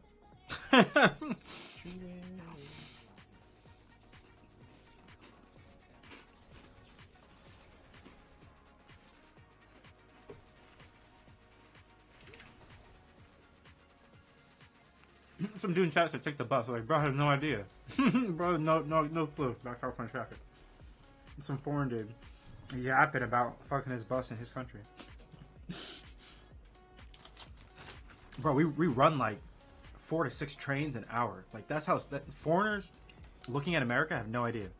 Like, here in the Bay Area, we run like BART. We run like 5 to 6 trains every 10 to 15 minutes. A train is going because there's so many people, and the population of the Bay Area keeps growing. They talk about a whole bunch of tech workers left. No, they just Drew, what's it like they're still to be here. the hottest Tech 28-year-old workers, OnlyFans? tech workers can get laid off, but they got money, so they're still here. They're still buying food and traveling. Didn't change sure, the workforce can lay off people, but they got mad fucking money, so they're still here in the Bay Area. So we have a massive workforce. We have horrible traffic. We need better subway systems. If you legit had a better subway system, then all the economy in the whole Bay Area will skyrocket, because then you could just take a subway to get around the Bay, but we can't because there's a giant gap between SF and San Jose, the whole fucking peninsula. But if we had a proper loop, and all of a sudden people down in San Jose all the families in the South Bay would be traveling to SF more, and would actually increase their economy. But because the only route of the BART is a giant, almost like a giant 7, that distance is so dumb that no one really wants to take it unless you have to go to work. So if there was a proper subway system that stopped off in Burlingame, their economy would grow. San Mateo, their economy would grow. All along, Belmont, all those economies would grow if they had a subway system. But instead they have the train. Well, the train is really just for people going to work. The train is super nice, super slow and casual and fancy, but it's more expensive than a subway system. So literally, the Bay Area just completed the loop. You can help all those cities and their economies grow, and they need it too, because they need better restaurants in the peninsula. They're really not that good. All the better restaurants are, guess what? They're surrounded near BART. All the better restaurants are near the subway system because there's so much foot traffic going to all of the subway stations for the BART on the East Bay. And you would kind of say more blue-collar families just in general. They just have better restaurants. Like, I will literally drive 30 minutes to an hour out of my way to go back to San Mateo and SF because the food's better. Like, there's no food in Palo Alto that I want to go and buy. There's no food in Belmont or Burlingame that I want to go buy. Now, maybe San Mateo because it's a bigger city. San Mateo has a good enough blend of middle-class families kind of living that has an ingress of an incredible selection of restaurants for San Mateo, downtown San Mateo. Really nice, cozy spot, like a good date spot. But also great kind of family spot just in general.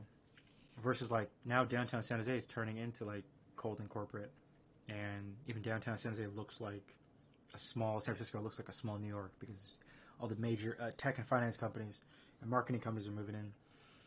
And with them, since they're going to buy buildings and buy plots of land, they're just going to put in more skyscrapers. So that really like destroys downtown and turns parts of San Jose downtown into finance sectors or now tech centers, and so there's really nothing around there except for just skyscrapers, just cement, concrete jungle.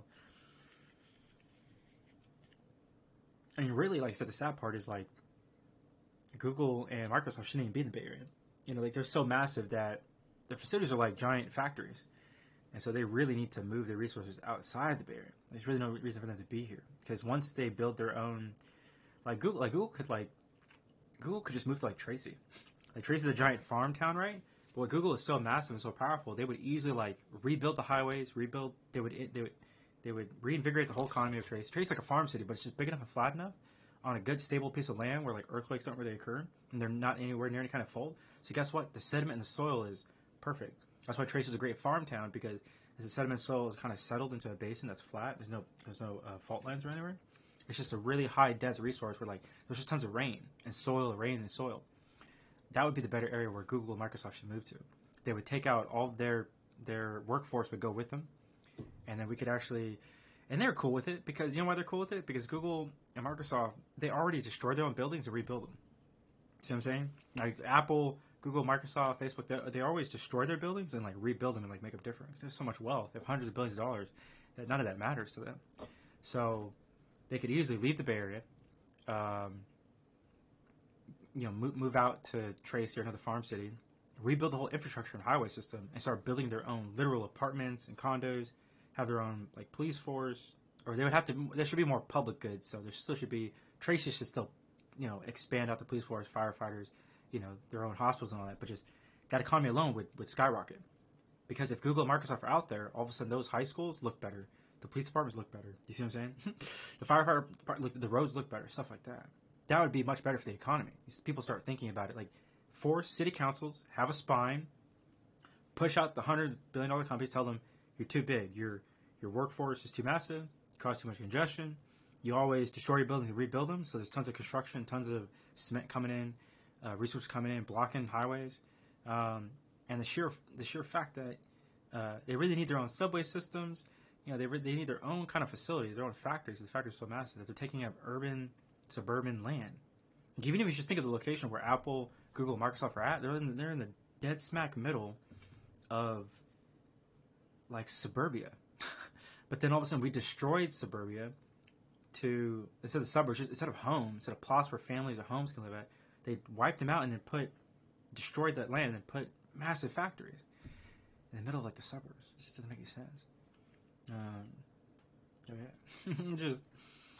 It's just nutty to me. And trust me, like they don't care. Because Google is so big, they have a massive fleet of buses and bus drivers that move all their people around. Like, so all their workforce, they think it's better, but there's still traffic. What's the total size of, or total Google employees population in the Bay Area? It has to be massive. No, but like the total. Google has 140,000 employees. Wait. My bad. They're saying February 2020, with a workforce of 156,000 people, they are a small city. I need people to understand that.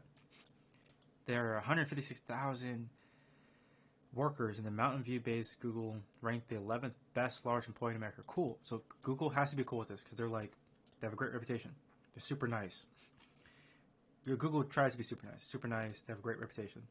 They have 156,000 people. So that's a small city. They have enough wealth, hundreds and hundreds of billions of dollars. I think they're one of like $3 trillion organizations. So like $199 billion. You could literally get up and build a small city. And they probably should. Like,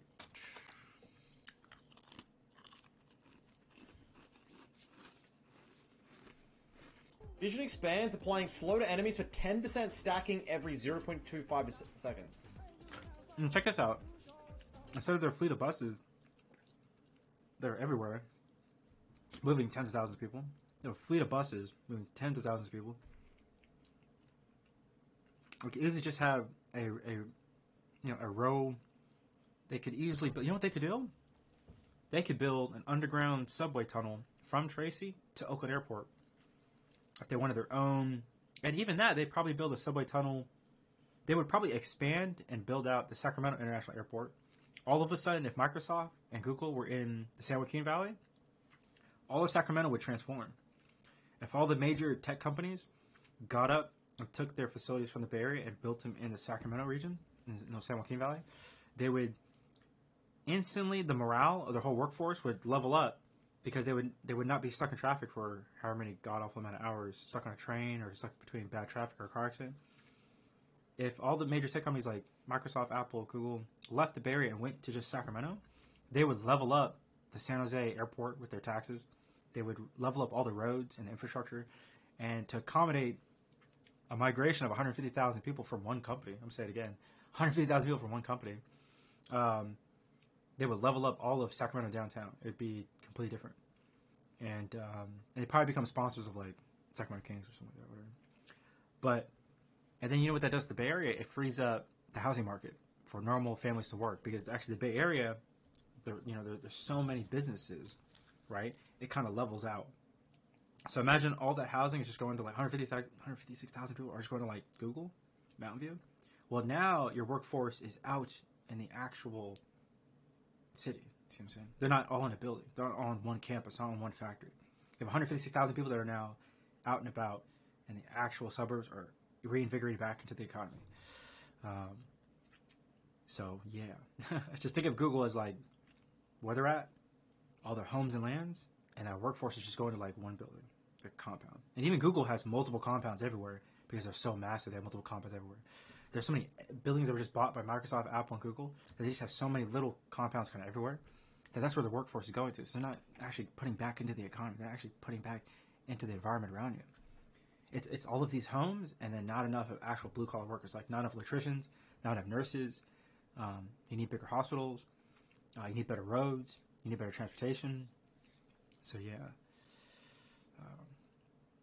that's why, like Google, Apple, Microsoft, Facebook, those four alone to just migrate out of the Bay Area into Sacramento, and there's plenty of farmland where they could buy it from. So there are farmers out there still farming, right? Well, that's cool. California is still like the third or fourth most powerful country and economy in the world by itself. It goes like U.S., Japan, I think China, and then like California. California is so powerful. It's like a top 5 economy in the world. I think it's like the 4th or 5th largest economy by a state by itself. So California is so powerful that really, I understand farmers might get hurt, but what they could do is they can kind of get back. So Google, Microsoft, Apple, Facebook, they can then give those farmers tens of millions of dollars. You see what I'm saying? And then turn them into millionaires so that at least they're compensated for their land. So if you're going to go out and buy all this farmland near Sacramento, which would be a better idea, just the farmers and families that are out there, just pay them tens of millions of dollars and turn them into millionaires, and they'll be happy. Because if you turn them into millionaires, then they can retire their parents, and they could buy a home somewhere in the Midwest, or they could buy a home here in California, and they don't have to do farm work anymore. They can just retire early. At least you kind of are helping do that. That'd be most kind, and it would fix a lot of problems. Just say.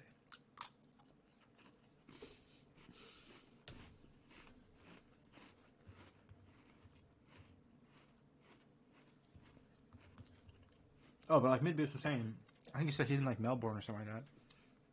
I'm 100% sure Melbourne's like growing super fast. I'm gonna close it real quick. I have too many tabs open.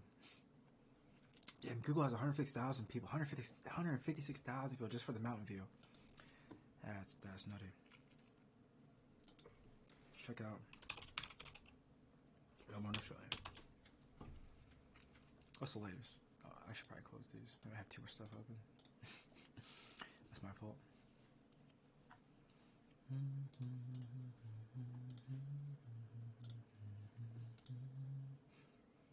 The most livable city in the world. What?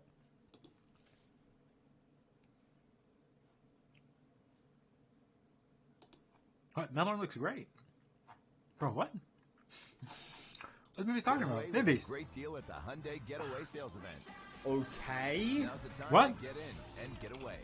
Get 0% APR for 60 months, plus It 0 payments for 90 appears days, or 2,500 we bonus cash on the may Hyundai be Tucson. back. Now during the Hyundai Melbourne looks great. What do you mean? We may What be back. are you talking about? Dear Wave. I gotta skip these ads. It was named the world's Bro, what? Mm-hmm. Dude, Melbourne looks incredible. Melbourne looks great, Midbeast. What do you mean?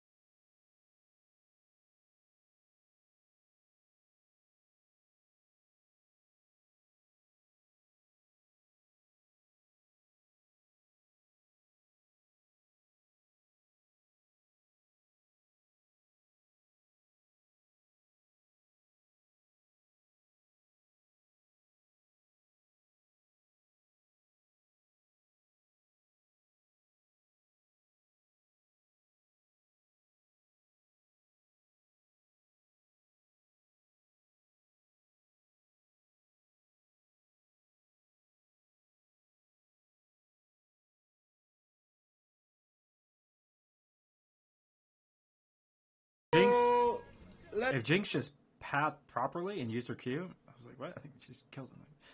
She fired her W, the animation's too slow. I was like, GG. What? Just fire her ult. Did she still have her ult? Oh no, she's going for the kills. Oh, Graves took him. I'm pretty sure that's her penna.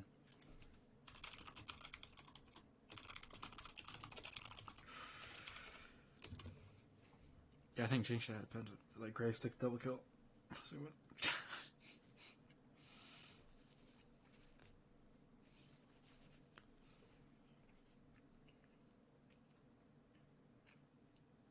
Oh, it's like an even fight, right?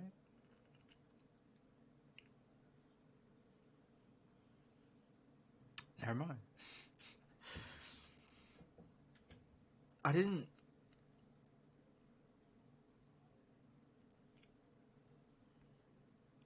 Doesn't Hawaii doesn't he have a shield?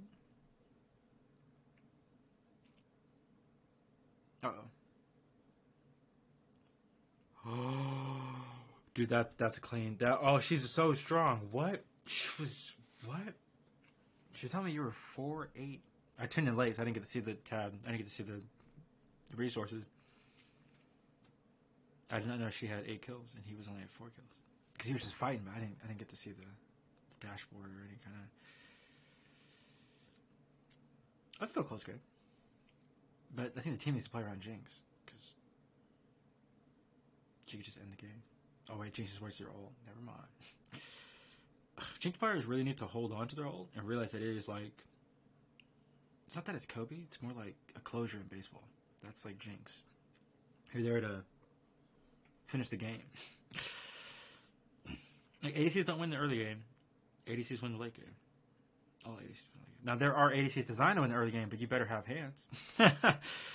And also Jinx is late game, so I don't know what her KD's like. I don't know what her resources are, but I didn't see her economy yet. But in this instance, the team needs a team fight. Even Graves not here. The team needs a team fight. Where is Aurelia? They're about to lose the Nexus. You see what I'm saying? Okay, good hit. Wait, why are we going in? Hwei is still a battle mage. So all battle mages require like a team to fight front to back. That's the fundamentals of battle mage. I don't know why she's wasting her ult. She should have fired her ult like probably right around now. Oh, but she's already dead. Like in this instance when like the enemy clumps up, so to inform everybody, Jinx's ult has an AoE splash damage. So the most value of her ult is to hit like 4 enemies, right? So the moment, usually if they try to Wombo combo, if they try to Vex not combo or try to just even Vex Zac combo, if 2 go in, the third person's going in. So at least with your ult, you might get off. Dude, what is Graves doing? Graves, you can't just disrespect the Zac. Like, I think Graves just kind of soft hinted because I've never seen a Graves walk right past the enemy Zac, right? Like now would be a good time to ult, right? Yeah. Like if Jinx still had. Oh, nice, 650 gold. Okay, poke. Poke. Poke. Oh no, Midbeast. He'll get there. He'll get there. So just fundamentals of battle mage. That's all. But I'm not gonna play. Well, I'll just default back to battle mages that I like playing on. On top of that, with Hwei, I'd probably have to commit or dedicate 45 minutes to an hour a day, practicing him, in the practice tool. You get down his combos, really hone them down so that I'm not dropping any kind of combos in the middle of a battle.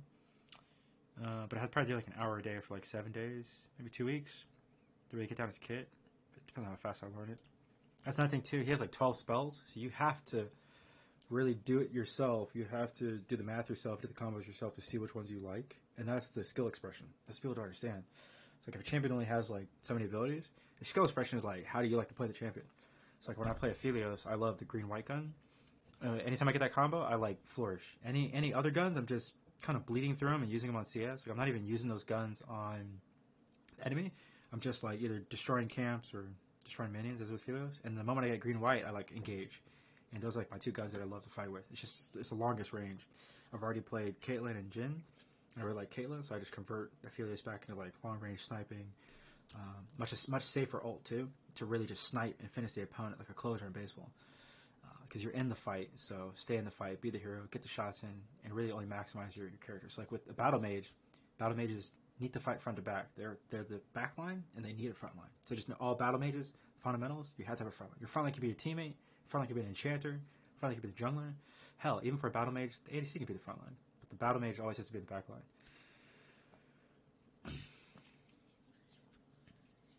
Battle mages never lead. They you fight for space and you zone out your opponents. You literally zone out your opponents. You fight for space. Now Jinx, if she has hands, could probably actually carry the game because she is a late game hyper carry, but she got caught by Zac, disrespecting the Zac. So a good Jinx plays on the range of about 800 units. You play 800 to 1,000 units away from Jax. It's the most fundamental thing I can tell people if you're trying to play Jinx. Or any ADC in general, when you're playing against Zac, play at the 800 to 1,000 unit range. Only some people understand what I'm saying. The rest of the people will just play catch up because I only teach the fastest runner. So. Yeah. With Hwei, I don't know his kit yet, so I can't really speak on it. But like I said, because he's a battle mage, he'll just fit into the same fundamental design of all battle mages. If your battle mage fundamentals are solid, then good to go.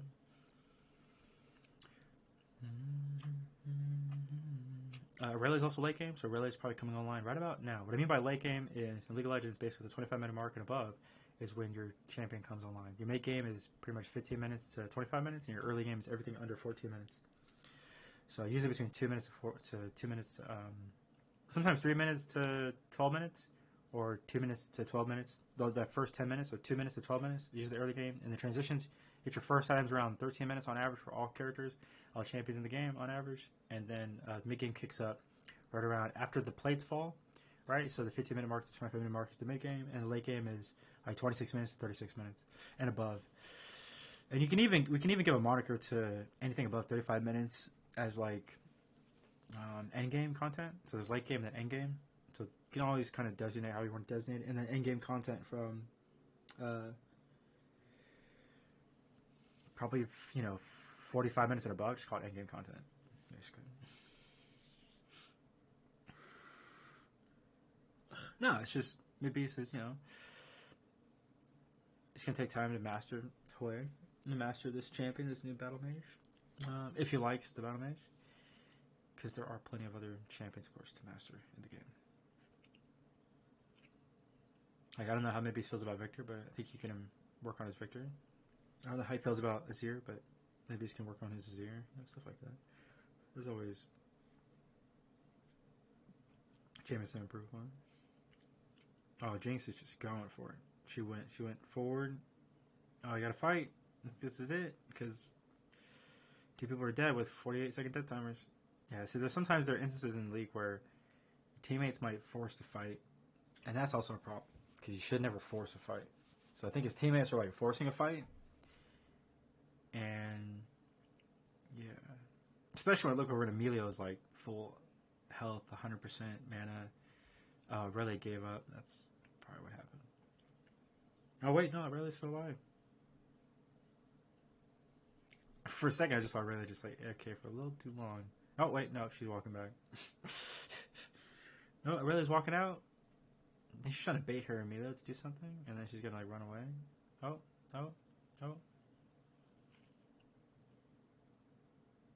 Yeah, no. Oh, Jinx is going for it. She should have.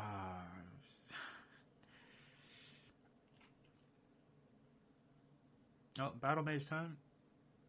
Damn, Aatrox hits like a truck. Aatrox like 3 hit with a sword. Just like wham. Like 3 auto attacks. Not even 3 auto attacks, no, that was just cute.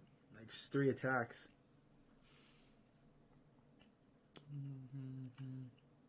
Yeah, I think he like W autoed and then Q'd or something, right? Just 3 attacks. Then again, Hawaii can't get hit by a fighter. Like, what's it called? Yeah, fighting champions eat, like in Rock vs. Fighter champions eat a burst, poke, sustain. So Aatrox fighting burst damage beats the poke damage of, because burst beats poke beats sustain outperforms burst. Or sustain survives burst, how you want to think about that. So fighter burst damage beats the poke damage of the battle mage. And then poke damage with battle mage can poke and whittle down a sustain champion. Sustain champions are juggernauts and tanks. And then juggernauts and vanguard tanks can hard engage onto burst champions like assassins and fighters. And then poke champions are mages and marksmen. It's just a rock paper scissors league. Let me democratize League of Legends really quick. Help everybody kind of understand it. You can't watch camping because I go camping. So this dude ain't relaxing, because if you're camping, you're relaxing. But he ain't relaxing. He's recording his camping.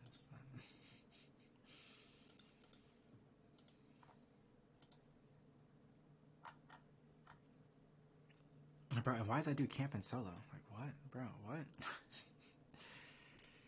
What? Ain't no way that dude camping solo. Like, bro, that's crazy.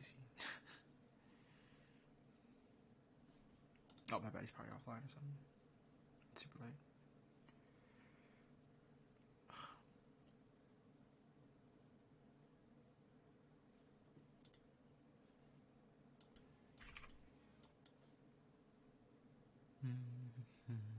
Oh, wait, let me... Oh, wait, I am 4-9. No, you're right. Fuck. That's tough. Whoa.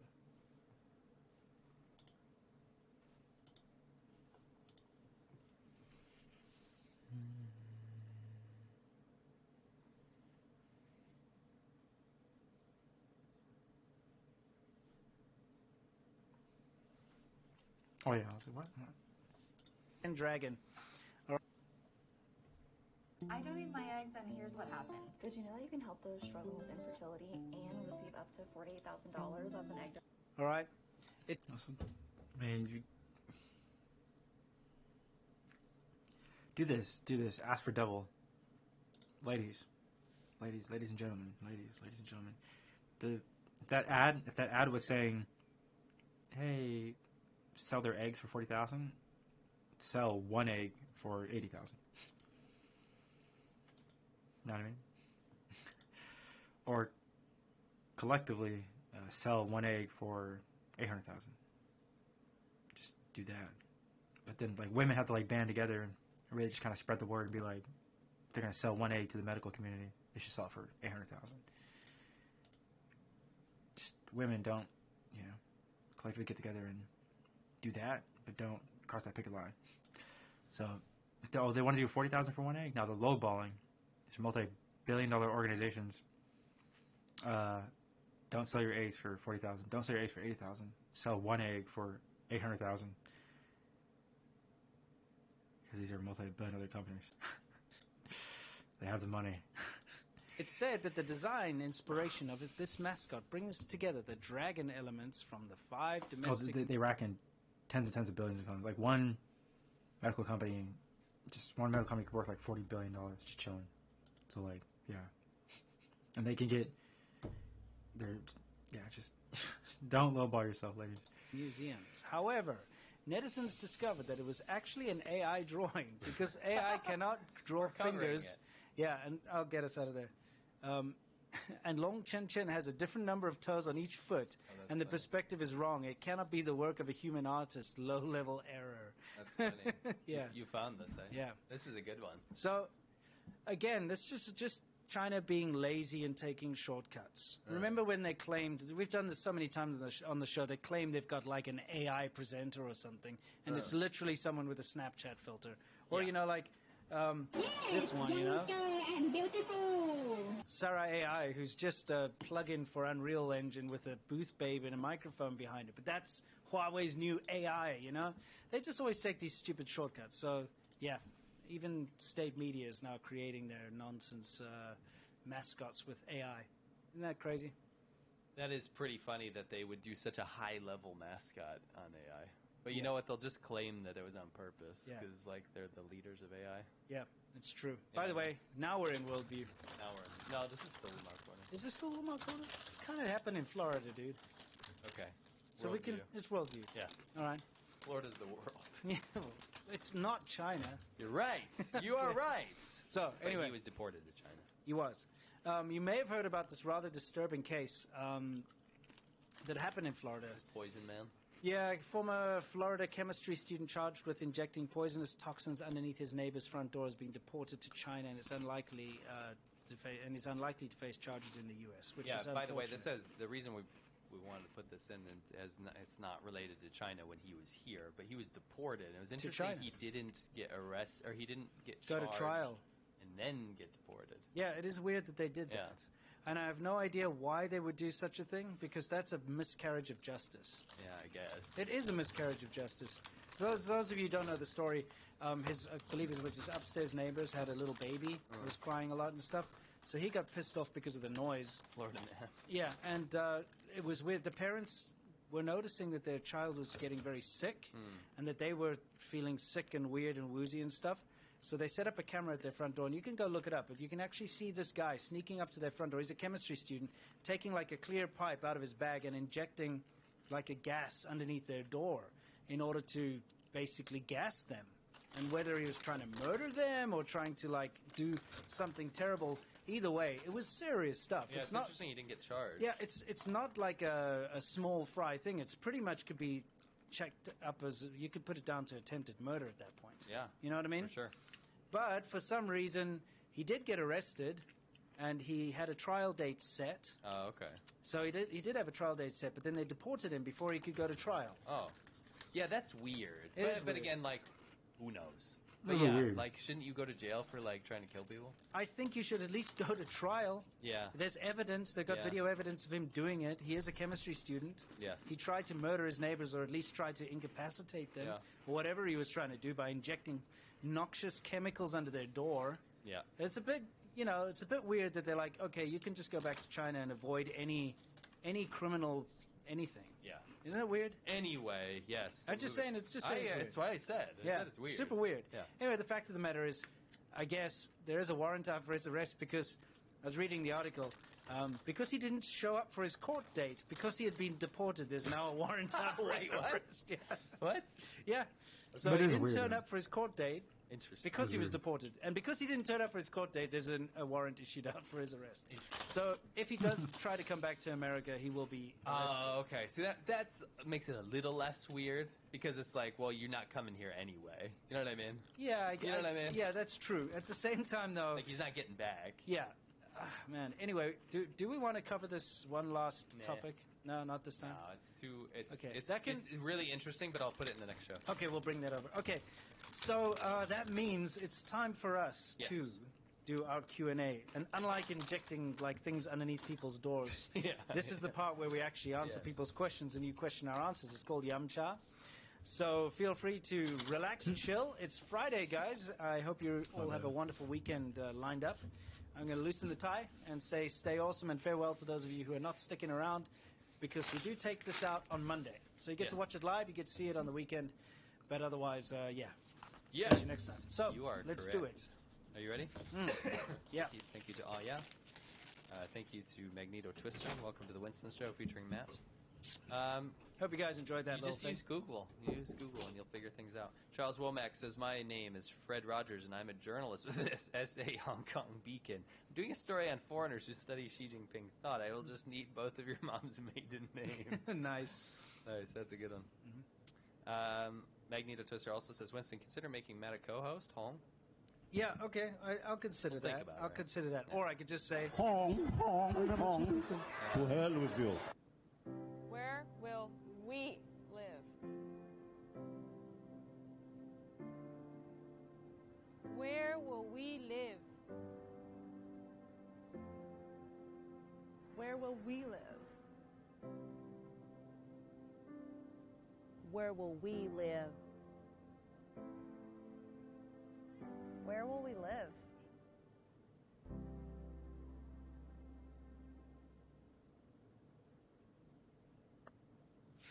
to hell with you. LJ Smith says, nice of you to help the small and unknown YouTubers like Seamilk. I know. Pig Bay. Ah, yes. Makes me irritate at the By the way, we're super stoked. You've got to wait for that 10-minute soundbite. Yeah, but no, we're super stoked on Monday. We're having the Royal Rumble.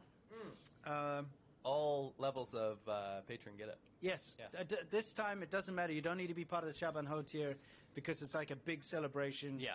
We do it once a year. It's a Royal Rumble. And on Monday, if you're a patron, even if you're the lowest tier patron, you will get access to it, okay? So if you haven't already, head on over to patreon.com/ADV podcasts because it's going to be a blast. That's all I can say. It's like, you know, we pit all the characters from the show up against each other. So we've got Subway Wonder Man, we got Dear Wong. It just no, happens. We don't know the outcome yet, but it's basically a big wrestling match with all the characters from the show. And we don't watch it. Yeah. We watch it live with you Yes. and do live commentary over the fight. Yes, it's going to be... It's amazing. Yeah, we love it. It's going to be amazing. At least it was the first year. Yeah, save the date. Is that what you say in America? Yes, on Monday. Please join us over there on patreon.com/ADV podcasts. And again, at any level, just for this episode, the yearly celebration. It's kind of a Christmas bonanza. Yeah, it's fun. Can't wait. Called the Royal Rumble. The Royal it's Rumble. Incredible. Yeah. You're going to have so much fun. See you on Monday. Anyway. Kenton Compton says, hey guys, I just wanted to let you know that I've been watching the podcast from the beginning. I'm currently at episode 86. Oh, nice. That's like my YouTube. Like Low 86, yeah. Just after you all cracked up at the great soundbite. Can I have one? Oh, that was the first great? Great. Nice. Yeah, that's cool. Turd Ferguson says, please make Seamilk a permanent part of the show. He's really good. Home. Yeah, I'll consider it. I'll do this. I withdraw that. Thank you very much. Thank you very much. I withdraw. Honorable Matisha. Drew that. Maybe. He's going to be in the Royal Rumble, by the way. Is he? Yeah. That's Honorable amazing. Madisha. Yeah. He's going to be in it? He's going to be in the Royal Rumble. Yes. That's fantastic. He's coming specially. The creator told you? Yeah. Nice. He's specially coming. Koala 1203. This Yamcha. So we got new characters this year. Oh, yeah. Okay, that's awesome. I was hoping there'd be a new additions. Yeah. Okay, great. Yeah. Koala 1203 says, this Yamcha segment of the China Show is officially endorsed and sponsored by Stephen Armstrong, Willie Medisha for the 2024 U.S. elections. Don't F with this senator. Oh, yeah. Pleb says, your guest seems knowledgeable, but I miss Z-Milk. Rip old China Show. Yeah. Oh, well, I'll give you this. Where I can find the self-imagination. Where? Odin. Saturi Sarutobi says, greetings from Germany. And he gave one of those Italian. An Italian Interesting. thing. Okay. Ruby R. Agagon says, I really liked how Milk just sauntered into it. My bro made a bet with me that C-Milk would just be a guest, and it happened. I would draw my case. Okay, excellent, yeah. Shout out from Las Vegas. Now keep up the good fight. Thank you very much. Butt House says, Sky don't lie. How about Look the View? Yes, exactly. We don't have it. No, we don't. You don't Look the View? No, we don't. Actually, what do we have? Do. No, we don't. I've got I got something else. Den. Watch how dear. Watch how dear. Yeah, I do have a You den. have a couple dens. Yeah, I do. I've got I this. didn't see anything particularly intelligent. I thought that was Look the View. Yeah, no, we don't have Look the View. I'll put it in. 3 trains back to back. We'll give you 1 train. Okay. RCMKPS, she says, Winston, blown away that you played that opening stone cold with not one smile or break. Hands down freaking awesome. Please tell your special guest, remind me again of his name, that I love his haircut. Oh, yeah, so apparently very much. she loves your haircut, C-Milk. I appreciate it. I was thinking about keeping it short these days. I'm growing too old to have this long-ass hair. I'm not going bald, I promise. No, it suits you. It's fine. Thanks. Anthony Saint says, hey, we need a what's out for all that garbage that China's trying to sell us. Yeah, that's true. There we go. Mark Carl says, thank you, Winston. You have a great guest this weekend. Invite him again. I will. I'll consider inviting him next week. Thanks. Mr. Key says, y'all finished Baldur's Gate? Hurrah for 27 months. We have not. I feel like we're towards the end. Yeah, you know that whole battle with Raphael, if you've ever done it, it's so good. It's like so the music. Fun, yeah. It's like a Disney song you or something. feel like you're in a Disney movie actually on behalf of God slaying the devil. It's so fun. Incredible. Yeah. You feel like righteous. It's great. What a good game. What a good game. So good. Yeah, we'll finish it eventually. We don't have a lot of time to play, but when we do, that battle took us forever, but I think it was probably one of my favorite parts of the game. It's been fun, yeah.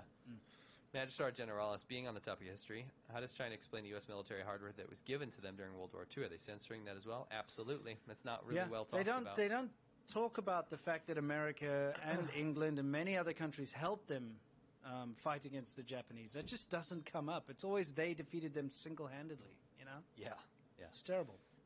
IK says, bro, is Norm MacDonald. He doesn't look like Norm MacDonald.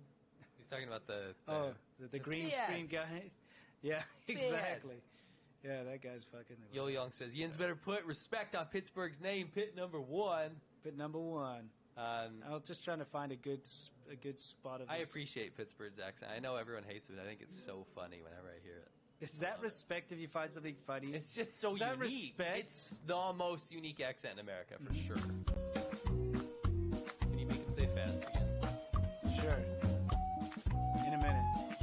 Yin's better do it.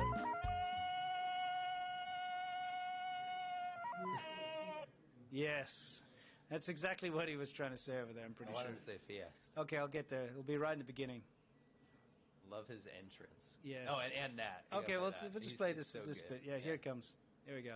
Bit of cultural destruction first. China is changing fast, and so are its maps. If I could look physically dazzling like these Chinese, maybe I should grow old here. This year marks the 70th... What? Yeah, I know. Weird. I still don't It's get very interesting how they latch onto these presenters in China, and then they put them through so many different rinse cycles. You know, they'll be like, now you got to be a professional-looking presenter. Now you got to be the butt of a joke, and you have to be this stupid little bouncing on papers. Yeah. You know, it's just like these poor guys. Like, they don't have an image. They just have to be whatever the masters I feel tell like them. people really care about face in Jersey because he definitely is some Jersey influence. I can tell by the accent. I'm pretty sure people really care about their image there. Well, next week you'll see this guy probably doesn't, and if he does, I don't know what he was doing. You know what I'm saying? Oh boy, well. Dylan says, "Sino, please say terror, horror, and mirror." Okay, try. I did it. You did. Yes. Terror, horror, and mirror. Still sounds like you just say whore. It does. It really does. Look at the whores in this mirror. Yeah, this is so. When you go out to rent a horror film, what are you actually renting? Well, I don't, because that practice had died probably about 20 years ago. But what I would say is, I'd like to see your finest horror movies, please. And they're like, okay, come to the back. The curtain. Yeah, they got this triple X, you know. Oh man. Anyway, terror, horror, and mirror. Yeah, you're getting there. You're getting there. It's a market improvement. It's a market improvement. Yeah. Anyway, Gert E says, thanks, guys. Everyone arguing about South Jersey versus Pittsburgh. Guys, let's say he has a little of both. I'm pretty good at accents. He definitely has a little of both. Gert E says, thanks, another CCP eye opener. Juan Rez says, long time member of the show. Cool. If I If not for the show, I would not know about the real China. Can I get a Chinese piss egg? You certainly can. And thank you for being a long-term member of the show. That's our gift. Apologies for such a lousy gift, but he also says, America is the greatest country on earth. Yeah. And you know what? I would agree with you. I agree with you too. That's why I'm that's here. Nice. That's nice of you. I wouldn't choose to live in the worst country on earth. Probably not. You know? Registrar General says, may I please get I withdraw that. There needs to be some context. Okay, I'll give you, it's got to be a little bit of context. Yeah. So we'll start with this. I withdraw that. What am I looking at over Thank you very much. Thank you very much. On the screen. Honorable You're looking at, yes, you're looking at that, like a man with a leg in a table. Something like that. What the heck? I don't know why they thought this was such a good idea. I don't know. I love it, though. Anyway, yeah. I love it. In democratic China, politicians vote for you, says IK. Yeah. Paula 1203 says, that Xinhua reporter guy looks like a gangster, or sounds like a gangster or a head don of Italian mafia. Yeah. Pleb says, you know what they say, green screen, green hat. Do they? I mean, I love it, though. I love it. We're using a green screen. Yeah, but we're using a green, but we don't, like, walk around pretending we're on a stack of papers in front of Xi Jinping books. I wouldn't say that about him. He didn't come up with this idea. He went along with it, though. He did. Yeah. I love the fact that there's, like, 2 Xi Jinping books right next to as he yodels or as he does a Tarzan. Tarzan, yeah. Anthony Saint says, I'm not sure what is your source. Please let us know. Oh, okay, sure. My source is that I made it the up. Nice. Juan Ruiz, thank you very much. Gordon Freeman says, new guys don't really bring me into the scene or a moment quite like Jaunty. I guess he's not that great. Oh yeah, he's not that great. I get it. Jaunty's great. I think he's genuinely probably a good person. Yeah, but you know, you could at least say it's kind of nice. Yes, I think he's a good dude. Yeah. Gordon Freeman says, smash the like button. He didn't do genocide denial or Xi Jinping thought. No, he didn't. Did he? No. Sean O'Sullivan says, I'm in a bad place mentally. Please ball sack me. Okay, well, here we if go. that helps you, then you got it. You've been and I'm sorry about that. Yeah, get out of that headspace. Get out of that. You know what? It sucks, and we've all been there. We've all been there. But you just gotta ride it out. Yes. It will go away. Just ride it out. There is light at the end of the tunnel. Yep.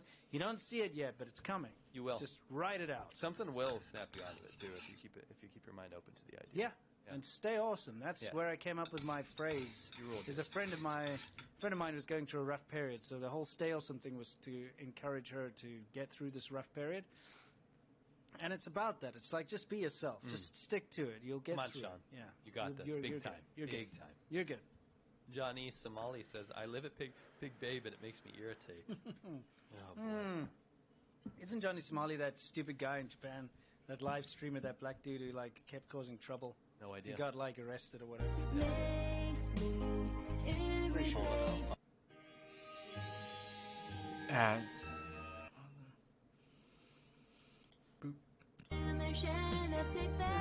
Huh? Well, I mean, I'm not saying you do. Yeah, it's pretty well known. It's like in the news. It's one of those things I don't know. Okay. It's one of those rare things I don't know, you know? Yeah, exactly. Moritz Strip Matter says, China just opened visa-free travel to Europeans. What are your thoughts? I think they're trying to smooth things over, period, because of the economic downturn. I also have seen a ton of pro-China content. Dude, maybe that's from why big there's all these YouTubers. travel channels are suddenly doing the travel channel things, because the visa issue. I think also and it's they're being probably- approached, and you know, like we get approached too. We've been approached a lot by these tourism companies that are actually just the Chinese propaganda department saying, you know, hey, we'll fly you over here and we'll pay for your hotels and everything. We'll take you around and give you spending money and stuff. You just have to make videos for your channel. Yes. So they will actually approach travel vloggers and stuff to do this. So you're going to see a lot of that. And yeah, China's right now, if you look at how bad Can you it get is- this off here? What, this guy, I mean, he's part of the team right now, you know, with his President Xi Jinping, as he says. Okay. I'm just saying that China's realized that it's maybe gone a little bit too far, and it's sullied its image a bit too much with its wolf warrior bullshit, so it has to try and reel it back a bit. Sure. Anyway. Gabriel Keane says, thank you for the amazing content. As always, you guys truly make my week. Can I get a crisp THX certified, lossless, Ogvorbis regarded train? Oh, you certainly can. Here it comes. Nicely put. Try and burn that on a CD. and play it later. You know, then you're gonna end up with Red Book audio. All you need to do is take any data CD and put it in an old CD player and press play, and you'll hear something like that. You will. Oh, true, true. Yeah. Nigel Carruthers says, "What is the sork of Matt's facts and figures?" Oh man. Where I can find the sork imagination? Yeah. Morgan says the shill cycle. Number 1, make you feel special, you move to China. Number 2, make you do bizarre things for state media. Number 3, falsely accuse you of crimes, so you have no choice but to leave. Is this true? Thanks for a great show. That sounds a little specific. I don't think that's the falsely like accused of crimes, I don't know, but the thing is, what I've seen happen in the past with some particular shills is they are encouraged to talk about certain things in a certain way, like let's say to attack the USA constantly, and they're encouraged to do this. But then when China suddenly does a 180 and they're like, oh, we have to be friendly to the USA, you're not allowed to do that anymore. Correct. And if you do continue with that, then they will intervene and say like, That's hey, right. you're not allowed That's to do right. that, and you get into trouble. Moritz says Italy just pulled out of the cheap dealership. Marco Polo didn't go by ship. He traveled by the old Silk Road. Pleb says smokable veggies are the most nutrition. They have no calories. I'm sea milk. I don't know what the heck you're talking Smokable about. veggies. Rum Runner says China made the Italians an offer they could refuse. Yes. Letitia, thank you very much. Claw 1203 says, can belt and robe be a sound by U Idailu belt and row? Belt and row, I don't know. Plebs says another classic Italy flip-flop, just like back in the Great Revolutionary War, belt and row. I think it's their best song yet. If you ignore Long Pig, am I right? Thank you for all the hard work, fellows. That's some great piss eggs. You got to have a lot of sound bites there. Give it great. I'm going to give 1. Okay. Great. Okay. I don't want Long Pig. We've had too many of this. Oh, sorry. We just China Lake. That's cool that you get to meet her. That's nice. Did you RCMKPS? Did you guys hear about Temu massive class action lawsuit for spyware on people's tech when you went on their website and then having massive security breach? I did not hear about that. No, but that's cool. good news. I mean, it's cool that they caught that because that's terrible. But that we all knew that was what's going on. Like, dude, this Temu thing is literally a cancer. It's horrible. I wouldn't say it's literally a cancer. It literally is a cancer. Like if cancer could be digital. Okay, digital cancer. It's digital cancer. Yeah, it's malignant. Yes. CS13 says Europe and America will be united. And we all know the consequences of persistently poking a bear. Santa's Whiskey says, would you like me to be the cat? No, we're not playing that. Oh, yes, would we you are. like me to be the cat? Olay Patel, keep up the good work. Thank you very much. Juan Ruiz, thank you very much. Peter says, Winston, your guest did okay. Okay. Huh? Keep him on. All right. Okay. And then what he wants to know the source of Dr. Ballsack. Oh yeah, what is Dr. Ballsack's source?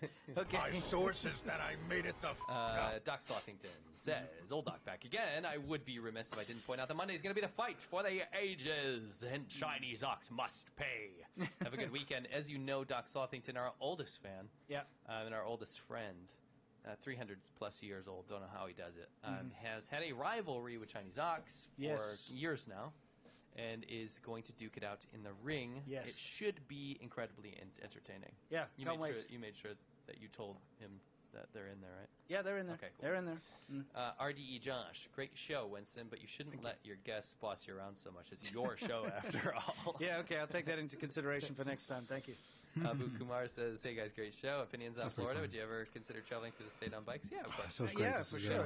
I'd love to go to in that movie True Lies, they have those bridges, the Florida Keys or whatever. Yeah, that looks amazing. I want to go on those. Yeah, I want to go on those. I've been all over Florida, but I haven't been to the Keys. Yeah, I'd like to ride a bike over those or a car or something. Letitia says, just want to thank you for those that raise you up both with the self-confidence to explore your dreams and give a voice to those who feel mute. That's really sweet, Letitia. We love having you on the show. Yes, we'll always do that as much as we can. Pasamio says, great guest, but does he understand China? You got it. Oh, yeah, that's right. You gotta understand China. I think I do. I'm starting to get the knack of it. Yeah. You guys think I don't? Exactly. George Hazard. Do people ever get punished for destroying ancient buildings in China? I remember a previous episode when workers damaged a Great Wall. They actually got in trouble because it went viral. Yeah, if you get caught. Yeah. If you get caught. Yeah, but the thing is, a lot of the times it's the local government that actually does it. So that's something, you cannot avoid.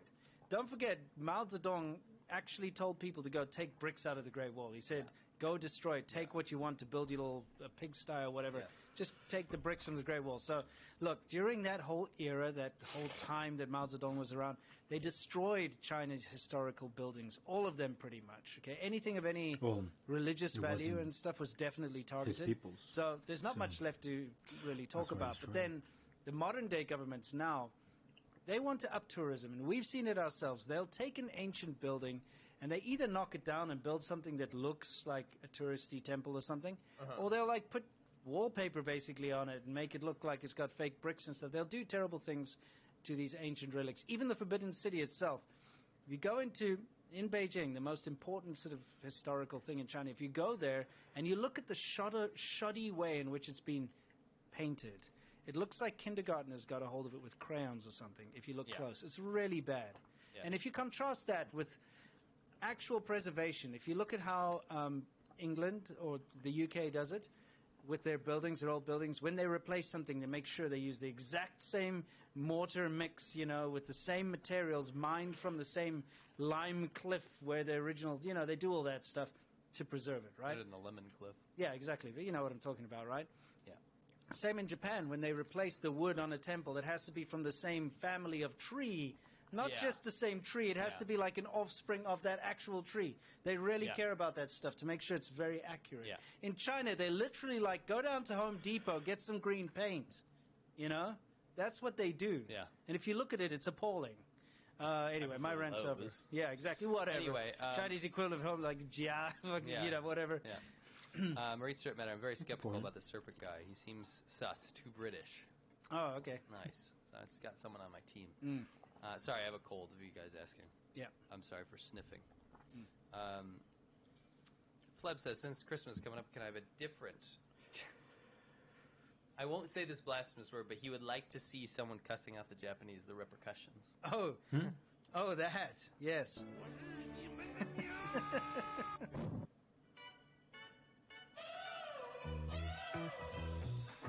I can't see. Sure.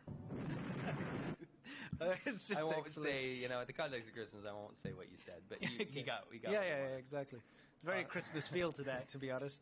Kind of reminds me of the Bible stories and all that, Coffee, thank you very much. Johnny Somali, I guess not that guy. I guess the guy with the same name says, your guest sea milk makes me irritate. Pig day, please. Oh, one more time. Makes me irritate.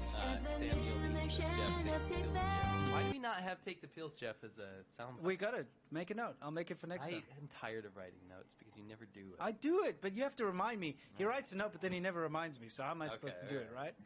Yeah.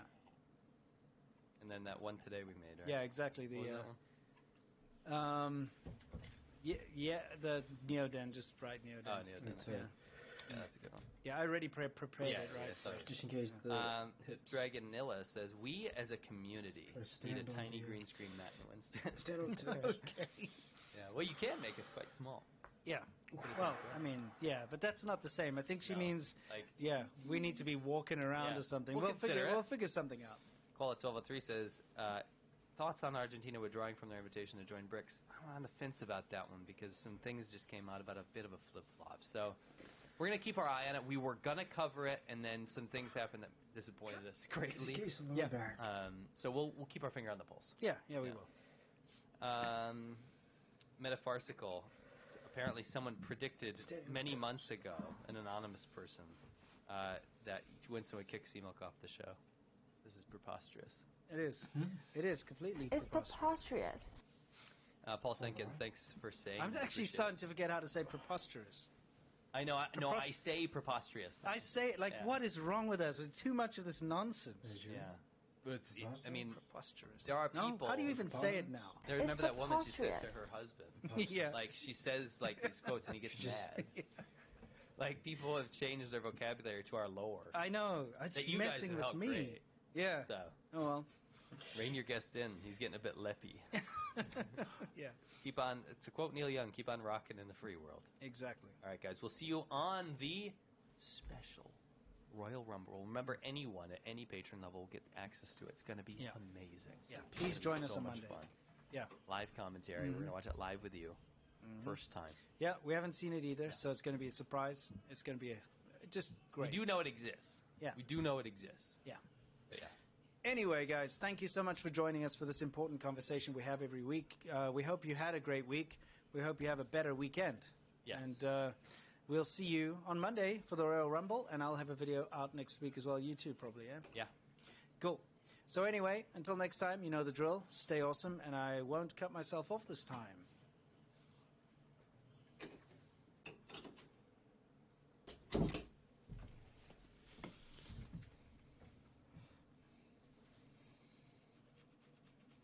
Dude, what the heck? Hey, Ben Stiller here. Right now, millions of refugees and displaced families are facing dangerous... Any help? Send resources.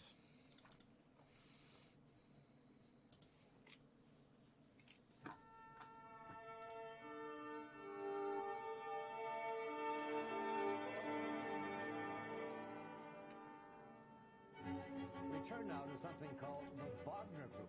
The Wagner Group, a shadowy security firm linked to Yevgeny Prigozhin, a powerful oligarch known as Putin's chef. They're not actually soldiers, they're mercenaries. They're known as the orchestra of Wagner, or just as the musicians. Вагнер — это миф, который был придуман журналистами. Называть Вагнер, Моцарт, Шуберт, Шопен, Стравинский. Moscow has long denied Wagner's presence, giving the Russian government the ability to deny and avoid direct. That was like one of the biggest gaslights I've ever seen, because Wagner was one of those brutal missionaries committing acts of terrorism in Syria, African countries, and in Ukraine. How did you hear about the opportunity to join Wagner? Пригожин. Пообещал свободу. Это безнаказанно все будет. A growing list of alleged atrocities committed by the mercenaries with an expanding global footprint. The Wagner Group used to be an organization which traded in secrecy and operated in the shadows. A major development. As a convoy of Wagner mercenaries heading for the Russian capital. Vladimir Putin may have gotten his revenge. A corporate jet plummeting from the sky. Whether he's dead or not, Prigozhin's certainly dead in his future in Russian politics.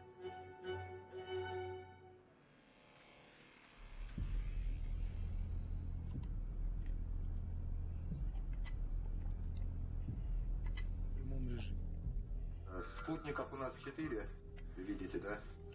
Да. Вот даем картинку. In this bunker, just 2 miles from the Ukrainian border with Russia, Battalion 228 hunts for Russian infiltrators. Чук, попробуй оттянуться. Ты на скольки? На 400 метрах, правильно? Да, и можешь спуститься чуть ниже, просто под углом справа от посадки встань, и все. They monitor the border, map out coordinates, and then feed that information to ground troops. Most of these guys are volunteers. They're using commercially available drones. On this screen over here, they're actually using a Google call to talk to the drone operator. Today, they're trying to take out soldiers from the Russian army, but weeks ago, they had another target. Operatives from the notorious mercenary group, Wagner. Вот эта камера показывает в прямом эфире русские позиции. Там стоит замаскированный БТР. Естественно, это сейчас наша основная цель. На БТР наводись. Сейчас даю картинку. Да, видим. Сова, вижу цель. Первый огонь. Выстрел пошел. Подлет на 35. Most of the world knows the Wagner Group as the brutal mercenaries deployed in the invasion of Ukraine. But they've been the Kremlin's covert weapon of choice for nearly 10 years. Their ranks were originally made up of mostly elite ex-special forces, starting in eastern Ukraine in 2014, then quietly deployed around the world to advance Russia's military and political agenda. Take off. First, they sell military services to foreign governments. Once they're in, Wagner starts shady businesses to turn a profit off the country's resources. Everywhere they've gone, they've left a trail of severe human rights abuses. Even though Wagner's current mission in Ukraine is in the headlines, it's an outlier from their global operations. They were deployed here when the invasion depleted the Russian army, forcing President Putin to call on Wagner, who in turn recruited thousands of prisoners to wear down the Ukrainians.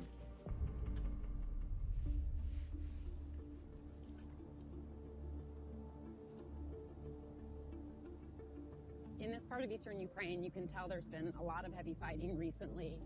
We're just near the front line where Ukrainian troops are trying to hold two key towns from falling to the Russians, mainly to Wagner soldiers. For months, Ukrainian forces and Russian troops backed by Wagner were locked in a grinding fight for Bakhmut. Can you tell me about the day that you captured the Wagner fighters? Прийшов приказ забігти в ті позиції, ми забігли, і так вийшло, що неожиданно, вони навіть не поняли, що случилось. This mistake is costing Amazon Prime shoppers.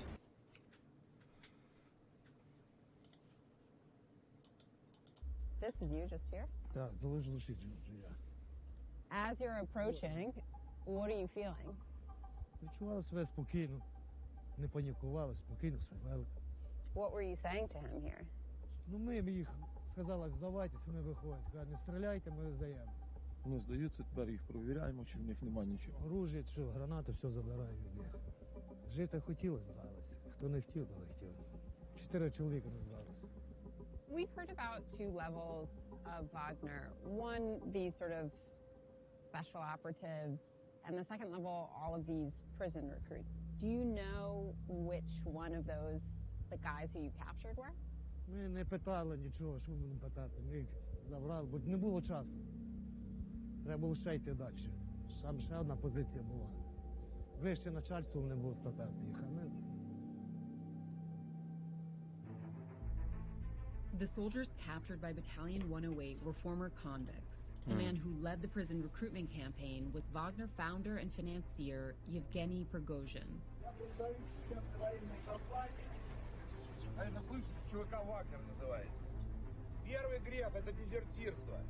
This prison yard was the first time Prigozhin, once a convict himself, publicly admitted his connection with Wagner. For years, Prigozhin outright denied the group's existence and even sued people who suggested he was behind it. But he's actually been a Kremlin insider for nearly 30 years, landing lucrative contracts with the government, ultimately becoming known as Putin's chef.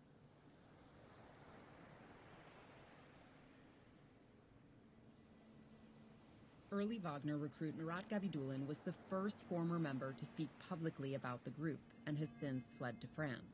He briefly served as Prigozhin's personal assistant. What's Prigozhin's personality like? Харизматичный, креативный, очень масштабно мыслящий человек.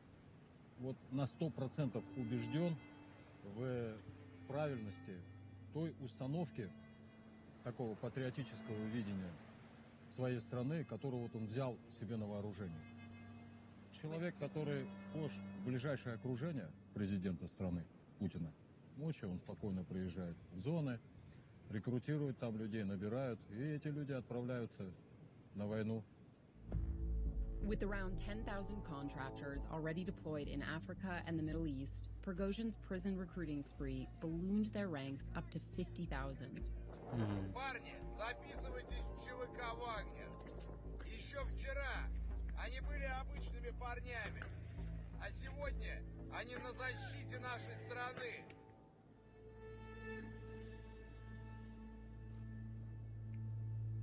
After weeks of negotiations, intelligence officials agreed to let us talk to 2 Wagner prison recruits captured in eastern Ukraine. Both say they were recruited by Prigozhin himself. They spoke to us of their own will, but were watched the entire time by Ukrainian intelligence. Я сидел в тюрьме. За девушку вступился, просто все. How long into your jail sentence did you decide to join Wagner? 1 год 3 месяца. 1 year 2 months. What were you in prison for? Драка и убийство. Ну и к моей жене начали приставать. Он меня ударил ножом, я его ударил ножом. И я его зарезал насмерть. И нас осудили с товарищем. Дали по 19 лет сроку. How did you hear about the opportunity to join Wagner when you were in prison? Пригожин. И собрал всех на плацу, в большом стадионе. Всю колонию построил, 1200 человек. И начал толковать свою речь. What kind of things did he promise you? Свободно, полностью аннулирован, то бишь конец судимости жизни с чистого листа. При этом зарплата в 250 тысяч. Пообещал свободу, чистую абсолютно, без судимостей. What was your impression of Prigozhin when he came to the prison? Судя, как он прилетел в тюрьму, вообще из зашедшей в тюрьму, он казался лидером. При этом у него есть ордена, также Герой России или там. Were you impressed by him? Не особо. Меня больше впечатлили то, что он говорил, а не он сам. Но то, что у него есть полномочия от вышестоящих органов, непосредственно также от президента. Ну, все такое, рассказывал за войну. Показывал видео, как расстреливают, там, молотком пробивают голову. Ну, такие гадости, да, это потом. What did he say about Wagner's missions in places like Africa and Syria? Ну, то, что там тоже воюет Вагнер. Шутил там, мол, типа, о, тоже хорошо, всякие бегают, которых нужно убивать. There's been a lot of reports that specifically the prisoners who were recruited into Wagner are being used as cannon fodder. Is that how you felt? Да. Ну, у нас как бы, когда дается нам приказ идти вперед, у нас только приказ идти вперед, мы не можем отступать назад. Любой ценой ты должен взять. What are you thinking about Wagner's strategy? Я не думал в тот момент ничего о стратегии Вагнера. Я думал, как, я не знаю, как бы, наверное, выжить и не... What happened the day that you were captured? Нам отдали, в общем, мы штурмовали точку одну. Так получилось, что половина группы. Когда ты делал кого-то до 300 человек. И командир группы передал мне команду. Мы ждали подмоги. Пришла одна группа, снайпер снял эту группу. Но мы не смогли убираться, потому что сзади нас снайпер, по бокам 2 пулеметчика. И мы 2 суток находились там до тех пор, пока что нас не взяли снять. Украинский военный с правой стороны подошел, выстрелил возле ноги. Я повернулся, он сказал, все, сдавайся. Все, у меня как бы не было никаких вариантов, что я люблю делать. Я сказал, просто сдаюсь и все. Are you scared at all about being sent back to Russia? What Wagner might do, knowing that you were in detention here? Так, 50 на 50. Но не знаю. В любом случае, даже если ты как-то покинешь группу Вагнер, тебя обнулят. В общем, расстрел будет. In the end, he wasn't exchanged for a Ukrainian prisoner of war. Months later, he appeared in a Ukrainian propaganda video claiming to have defected to their side. Отказываться от обмена и возвращения в Российскую Федерацию. Prigozhin took to Telegram and threatened his life. Предатель, и я уверен, что понесет достойное, почитающееся предателям наказание, согласно всем традициям ЧВК «Вагнер».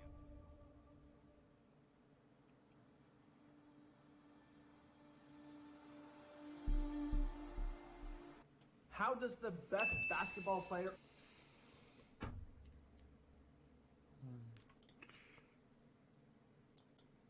On the other side... It's really long. That is a 44-minute video.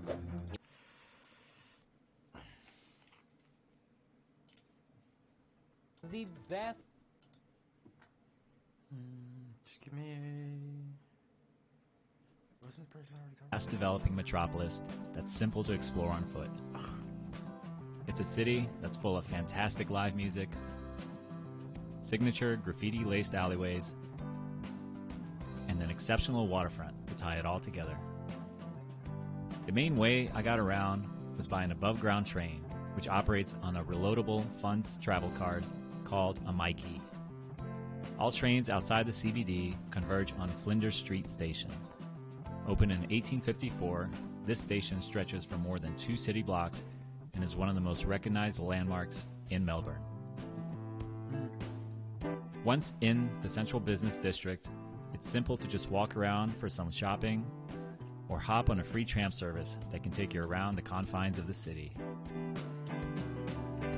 Once outside the perimeter of downtown, though, you must pay to ride the trams.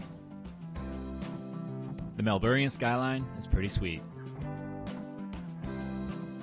The South Bank Riverwalk is great to take in the sights, but food and drinks are quite expensive. I'm just not a fan of the doo-doo brown color of the Yarra River, which runs through the city and into the harbor. Melbourne's definitely got an eclectic food scene with all sorts of eateries located within its hidden alleyways, as well as street side, where you can find lots of amazing local and international cuisine. Also worth noting that Melbourne is a progressive city that is passionate about global issues like climate change, women's rights, and migrant refugees. Oftentimes, there are several protests happening outside Parliament, and it's a good step towards addressing climate change, which set off the Australian bushfires that devastated the native koala population. Some of my favorite neighborhoods were St. Kilda, which is southeast of the CBD and is built through a bohemian lifestyle. Fitzroy and Collingwood are both northeast of the city and is popular with young professionals, backpackers, and students. It's got more street art than I've seen anywhere else, and it's almost encouraged to tag the entire suburb. It's definitely in a theme of its own, and that's what makes it stand out. There's nothing overly flashy here, and it brought me back to the college days of laid-back living. There's a ton of Victorian-era architecture, green natural space, and of course, plenty of local bars to grab a cold one and watch some Australian rules football. But why not just attend a live game instead?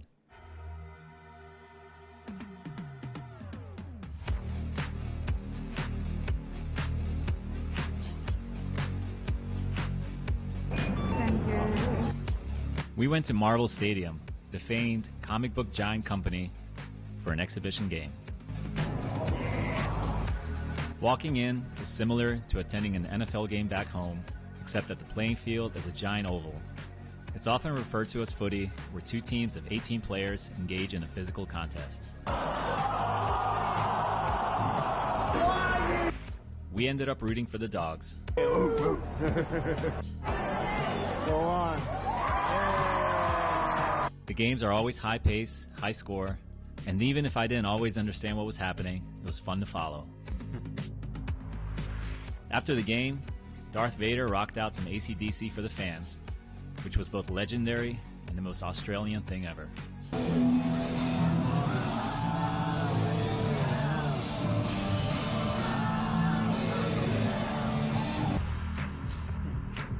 At night, the city of Melbourne comes alive with vibrant lights and reflective streets. The street art also shifts with the time of the day, with melancholy lighting and even some interactive art on full display. We set off to the Dandenong Ranges, which are roughly an hour-and-a-half drive east from the city, to do a little hiking and also get to view some native Australian wildlife. Most notably, the wild grey kangaroos and wallabies that like to hang out in the area. Seeing these animals outside of a zoo, doing their thing and hopping around was amazing. Always a good idea to watch from a distance and not approach without warning. The laughing sound of the kookaburra bird, though, was slightly terrifying.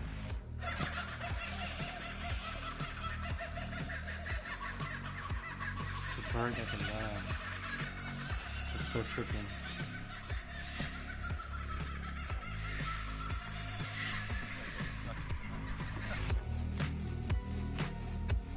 I traveled several hours north to live the farm life on a horse farm, visit sites like Organ Pipes National Park. Wow, it's tripping. Oh, you know what forms that? The gravitational waves of the Earth form the rock formations within the structural geothermic positioning of the rocks. And Hanging Rock. This was a former volcano where the magma cooled and contracted to split into large pinnacles. These pinnacles shoot straight up around the natural phenomenon, and it's a great place to discover and summit as you overlook Australia's famous wine countryside. I took another train to go even further north to the town of Bendigo, which goes by the beat of its own drum. It's the most northern large city in Victoria and is a former gold rush boomtown during the 19th century. One of the prominent landmarks is Sacred Heart Cathedral, and it's one of Australia's largest churches. Its ceiling stretches on for 24 meters, while the main spire... They did vaulted columns like a long time ago, like holy cow. I'm just guessing, but this has to be, it could be 500 years or older, 500, 800 years old. It's close to 88 meters high, an architectural marvel worthy of checking out. I wrapped up my travels in Victoria at the beginning of September, where spring was on the horizon in the southern hemisphere. Cool. After Awesome. getting to the airport and walking through the gnarliest duty-free of all time, I loaded onto my plane. Any idea of where I'm headed next? God, See you next time. what is this? Going into an office, working 50 hours a week, having that structure. Mr. Beast, give me the energy to get a good intro without stuttering. One take, Jacob. Please, Mr. Beast, bless upon me the clickbaiting and the charisma and the style to be able to do this.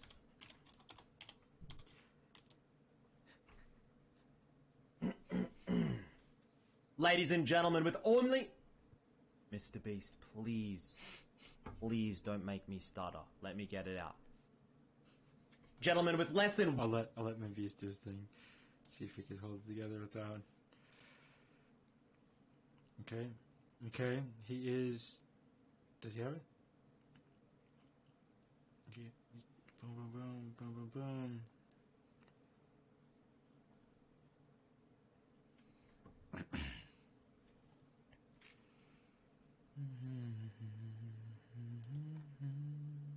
This is a support player?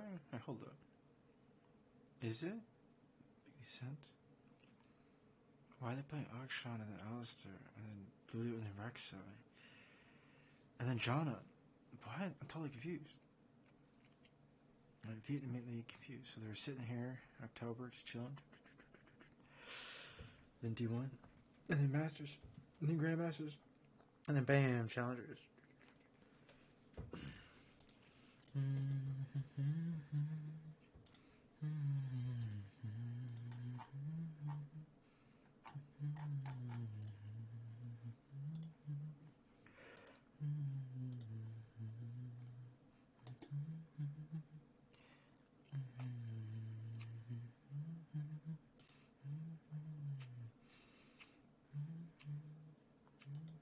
Maybe I need to turn off the...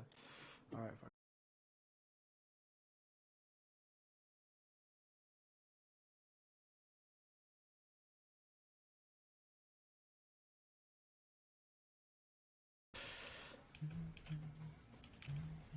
Alright. I think I'm fed, so I'm concentrating, and it's good. Every time I tune in, Where's the Morgana? Willow is smurfing. Pop off. Pop off. Good shit. You're a Smurf? Thank you. People I told me swear, I looked like what? Smurfette when I was little. Alright, I'll take it. Ooh, Baron. Nah, fuck, they'll all be up in time. I know she wears glasses. I'm Smurfing? No, you guys are lying. This is like the first time I'm actually doing well. I want that. Okay, I'm toxic. Smurfette was hot. Wasn't she like 7? I don't know, man, but that's just me. I don't know where my...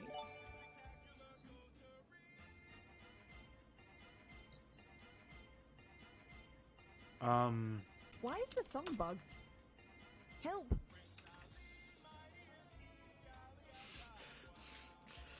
Guys, I Interesting think... song. Don't question it. Don't question it.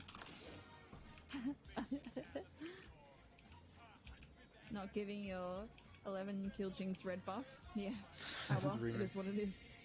Stream got lag? Is this the remix? No, it's not the remix. Oh, it's from the live action. Wait, there was a Smurfette reference? Wait, what? It's okay. I don't need red buff. I'll take this one.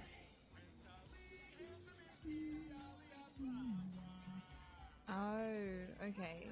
So it's like, is this actually a remix? But nah, it's just my PC. It's okay, it happens often. I'm gonna get an upgrade one day. Yeah, my fans are not on right now, which is annoying. I don't know why. There's always a new issue with something every fucking day, but it's okay. We're getting through it.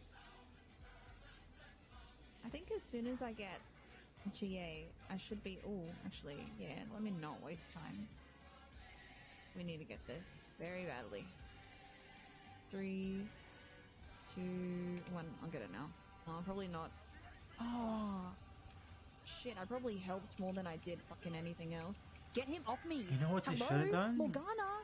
Will Smith, Will Smith did a lot of action movies kind of growing up. And also it was interesting that basically for the genie, that it was Robin Williams, like a comedian. And maybe they should have went with a comedian to be the genie instead of like an action movie star. Wouldn't that maybe had been better, right? It's okay.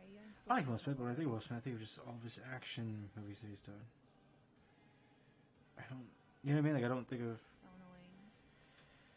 Will Smith as a comedian. No, it's okay. It's okay.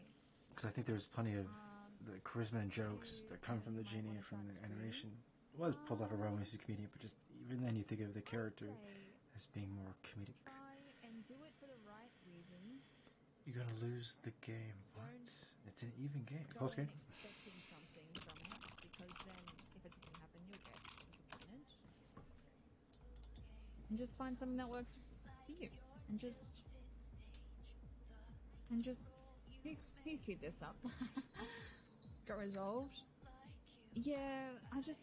Am I tripping? Maybe it could be one. I mean, I haven't talked to them, but I've just heard things like, I don't know. No, yeah, it's fine. It is what it is.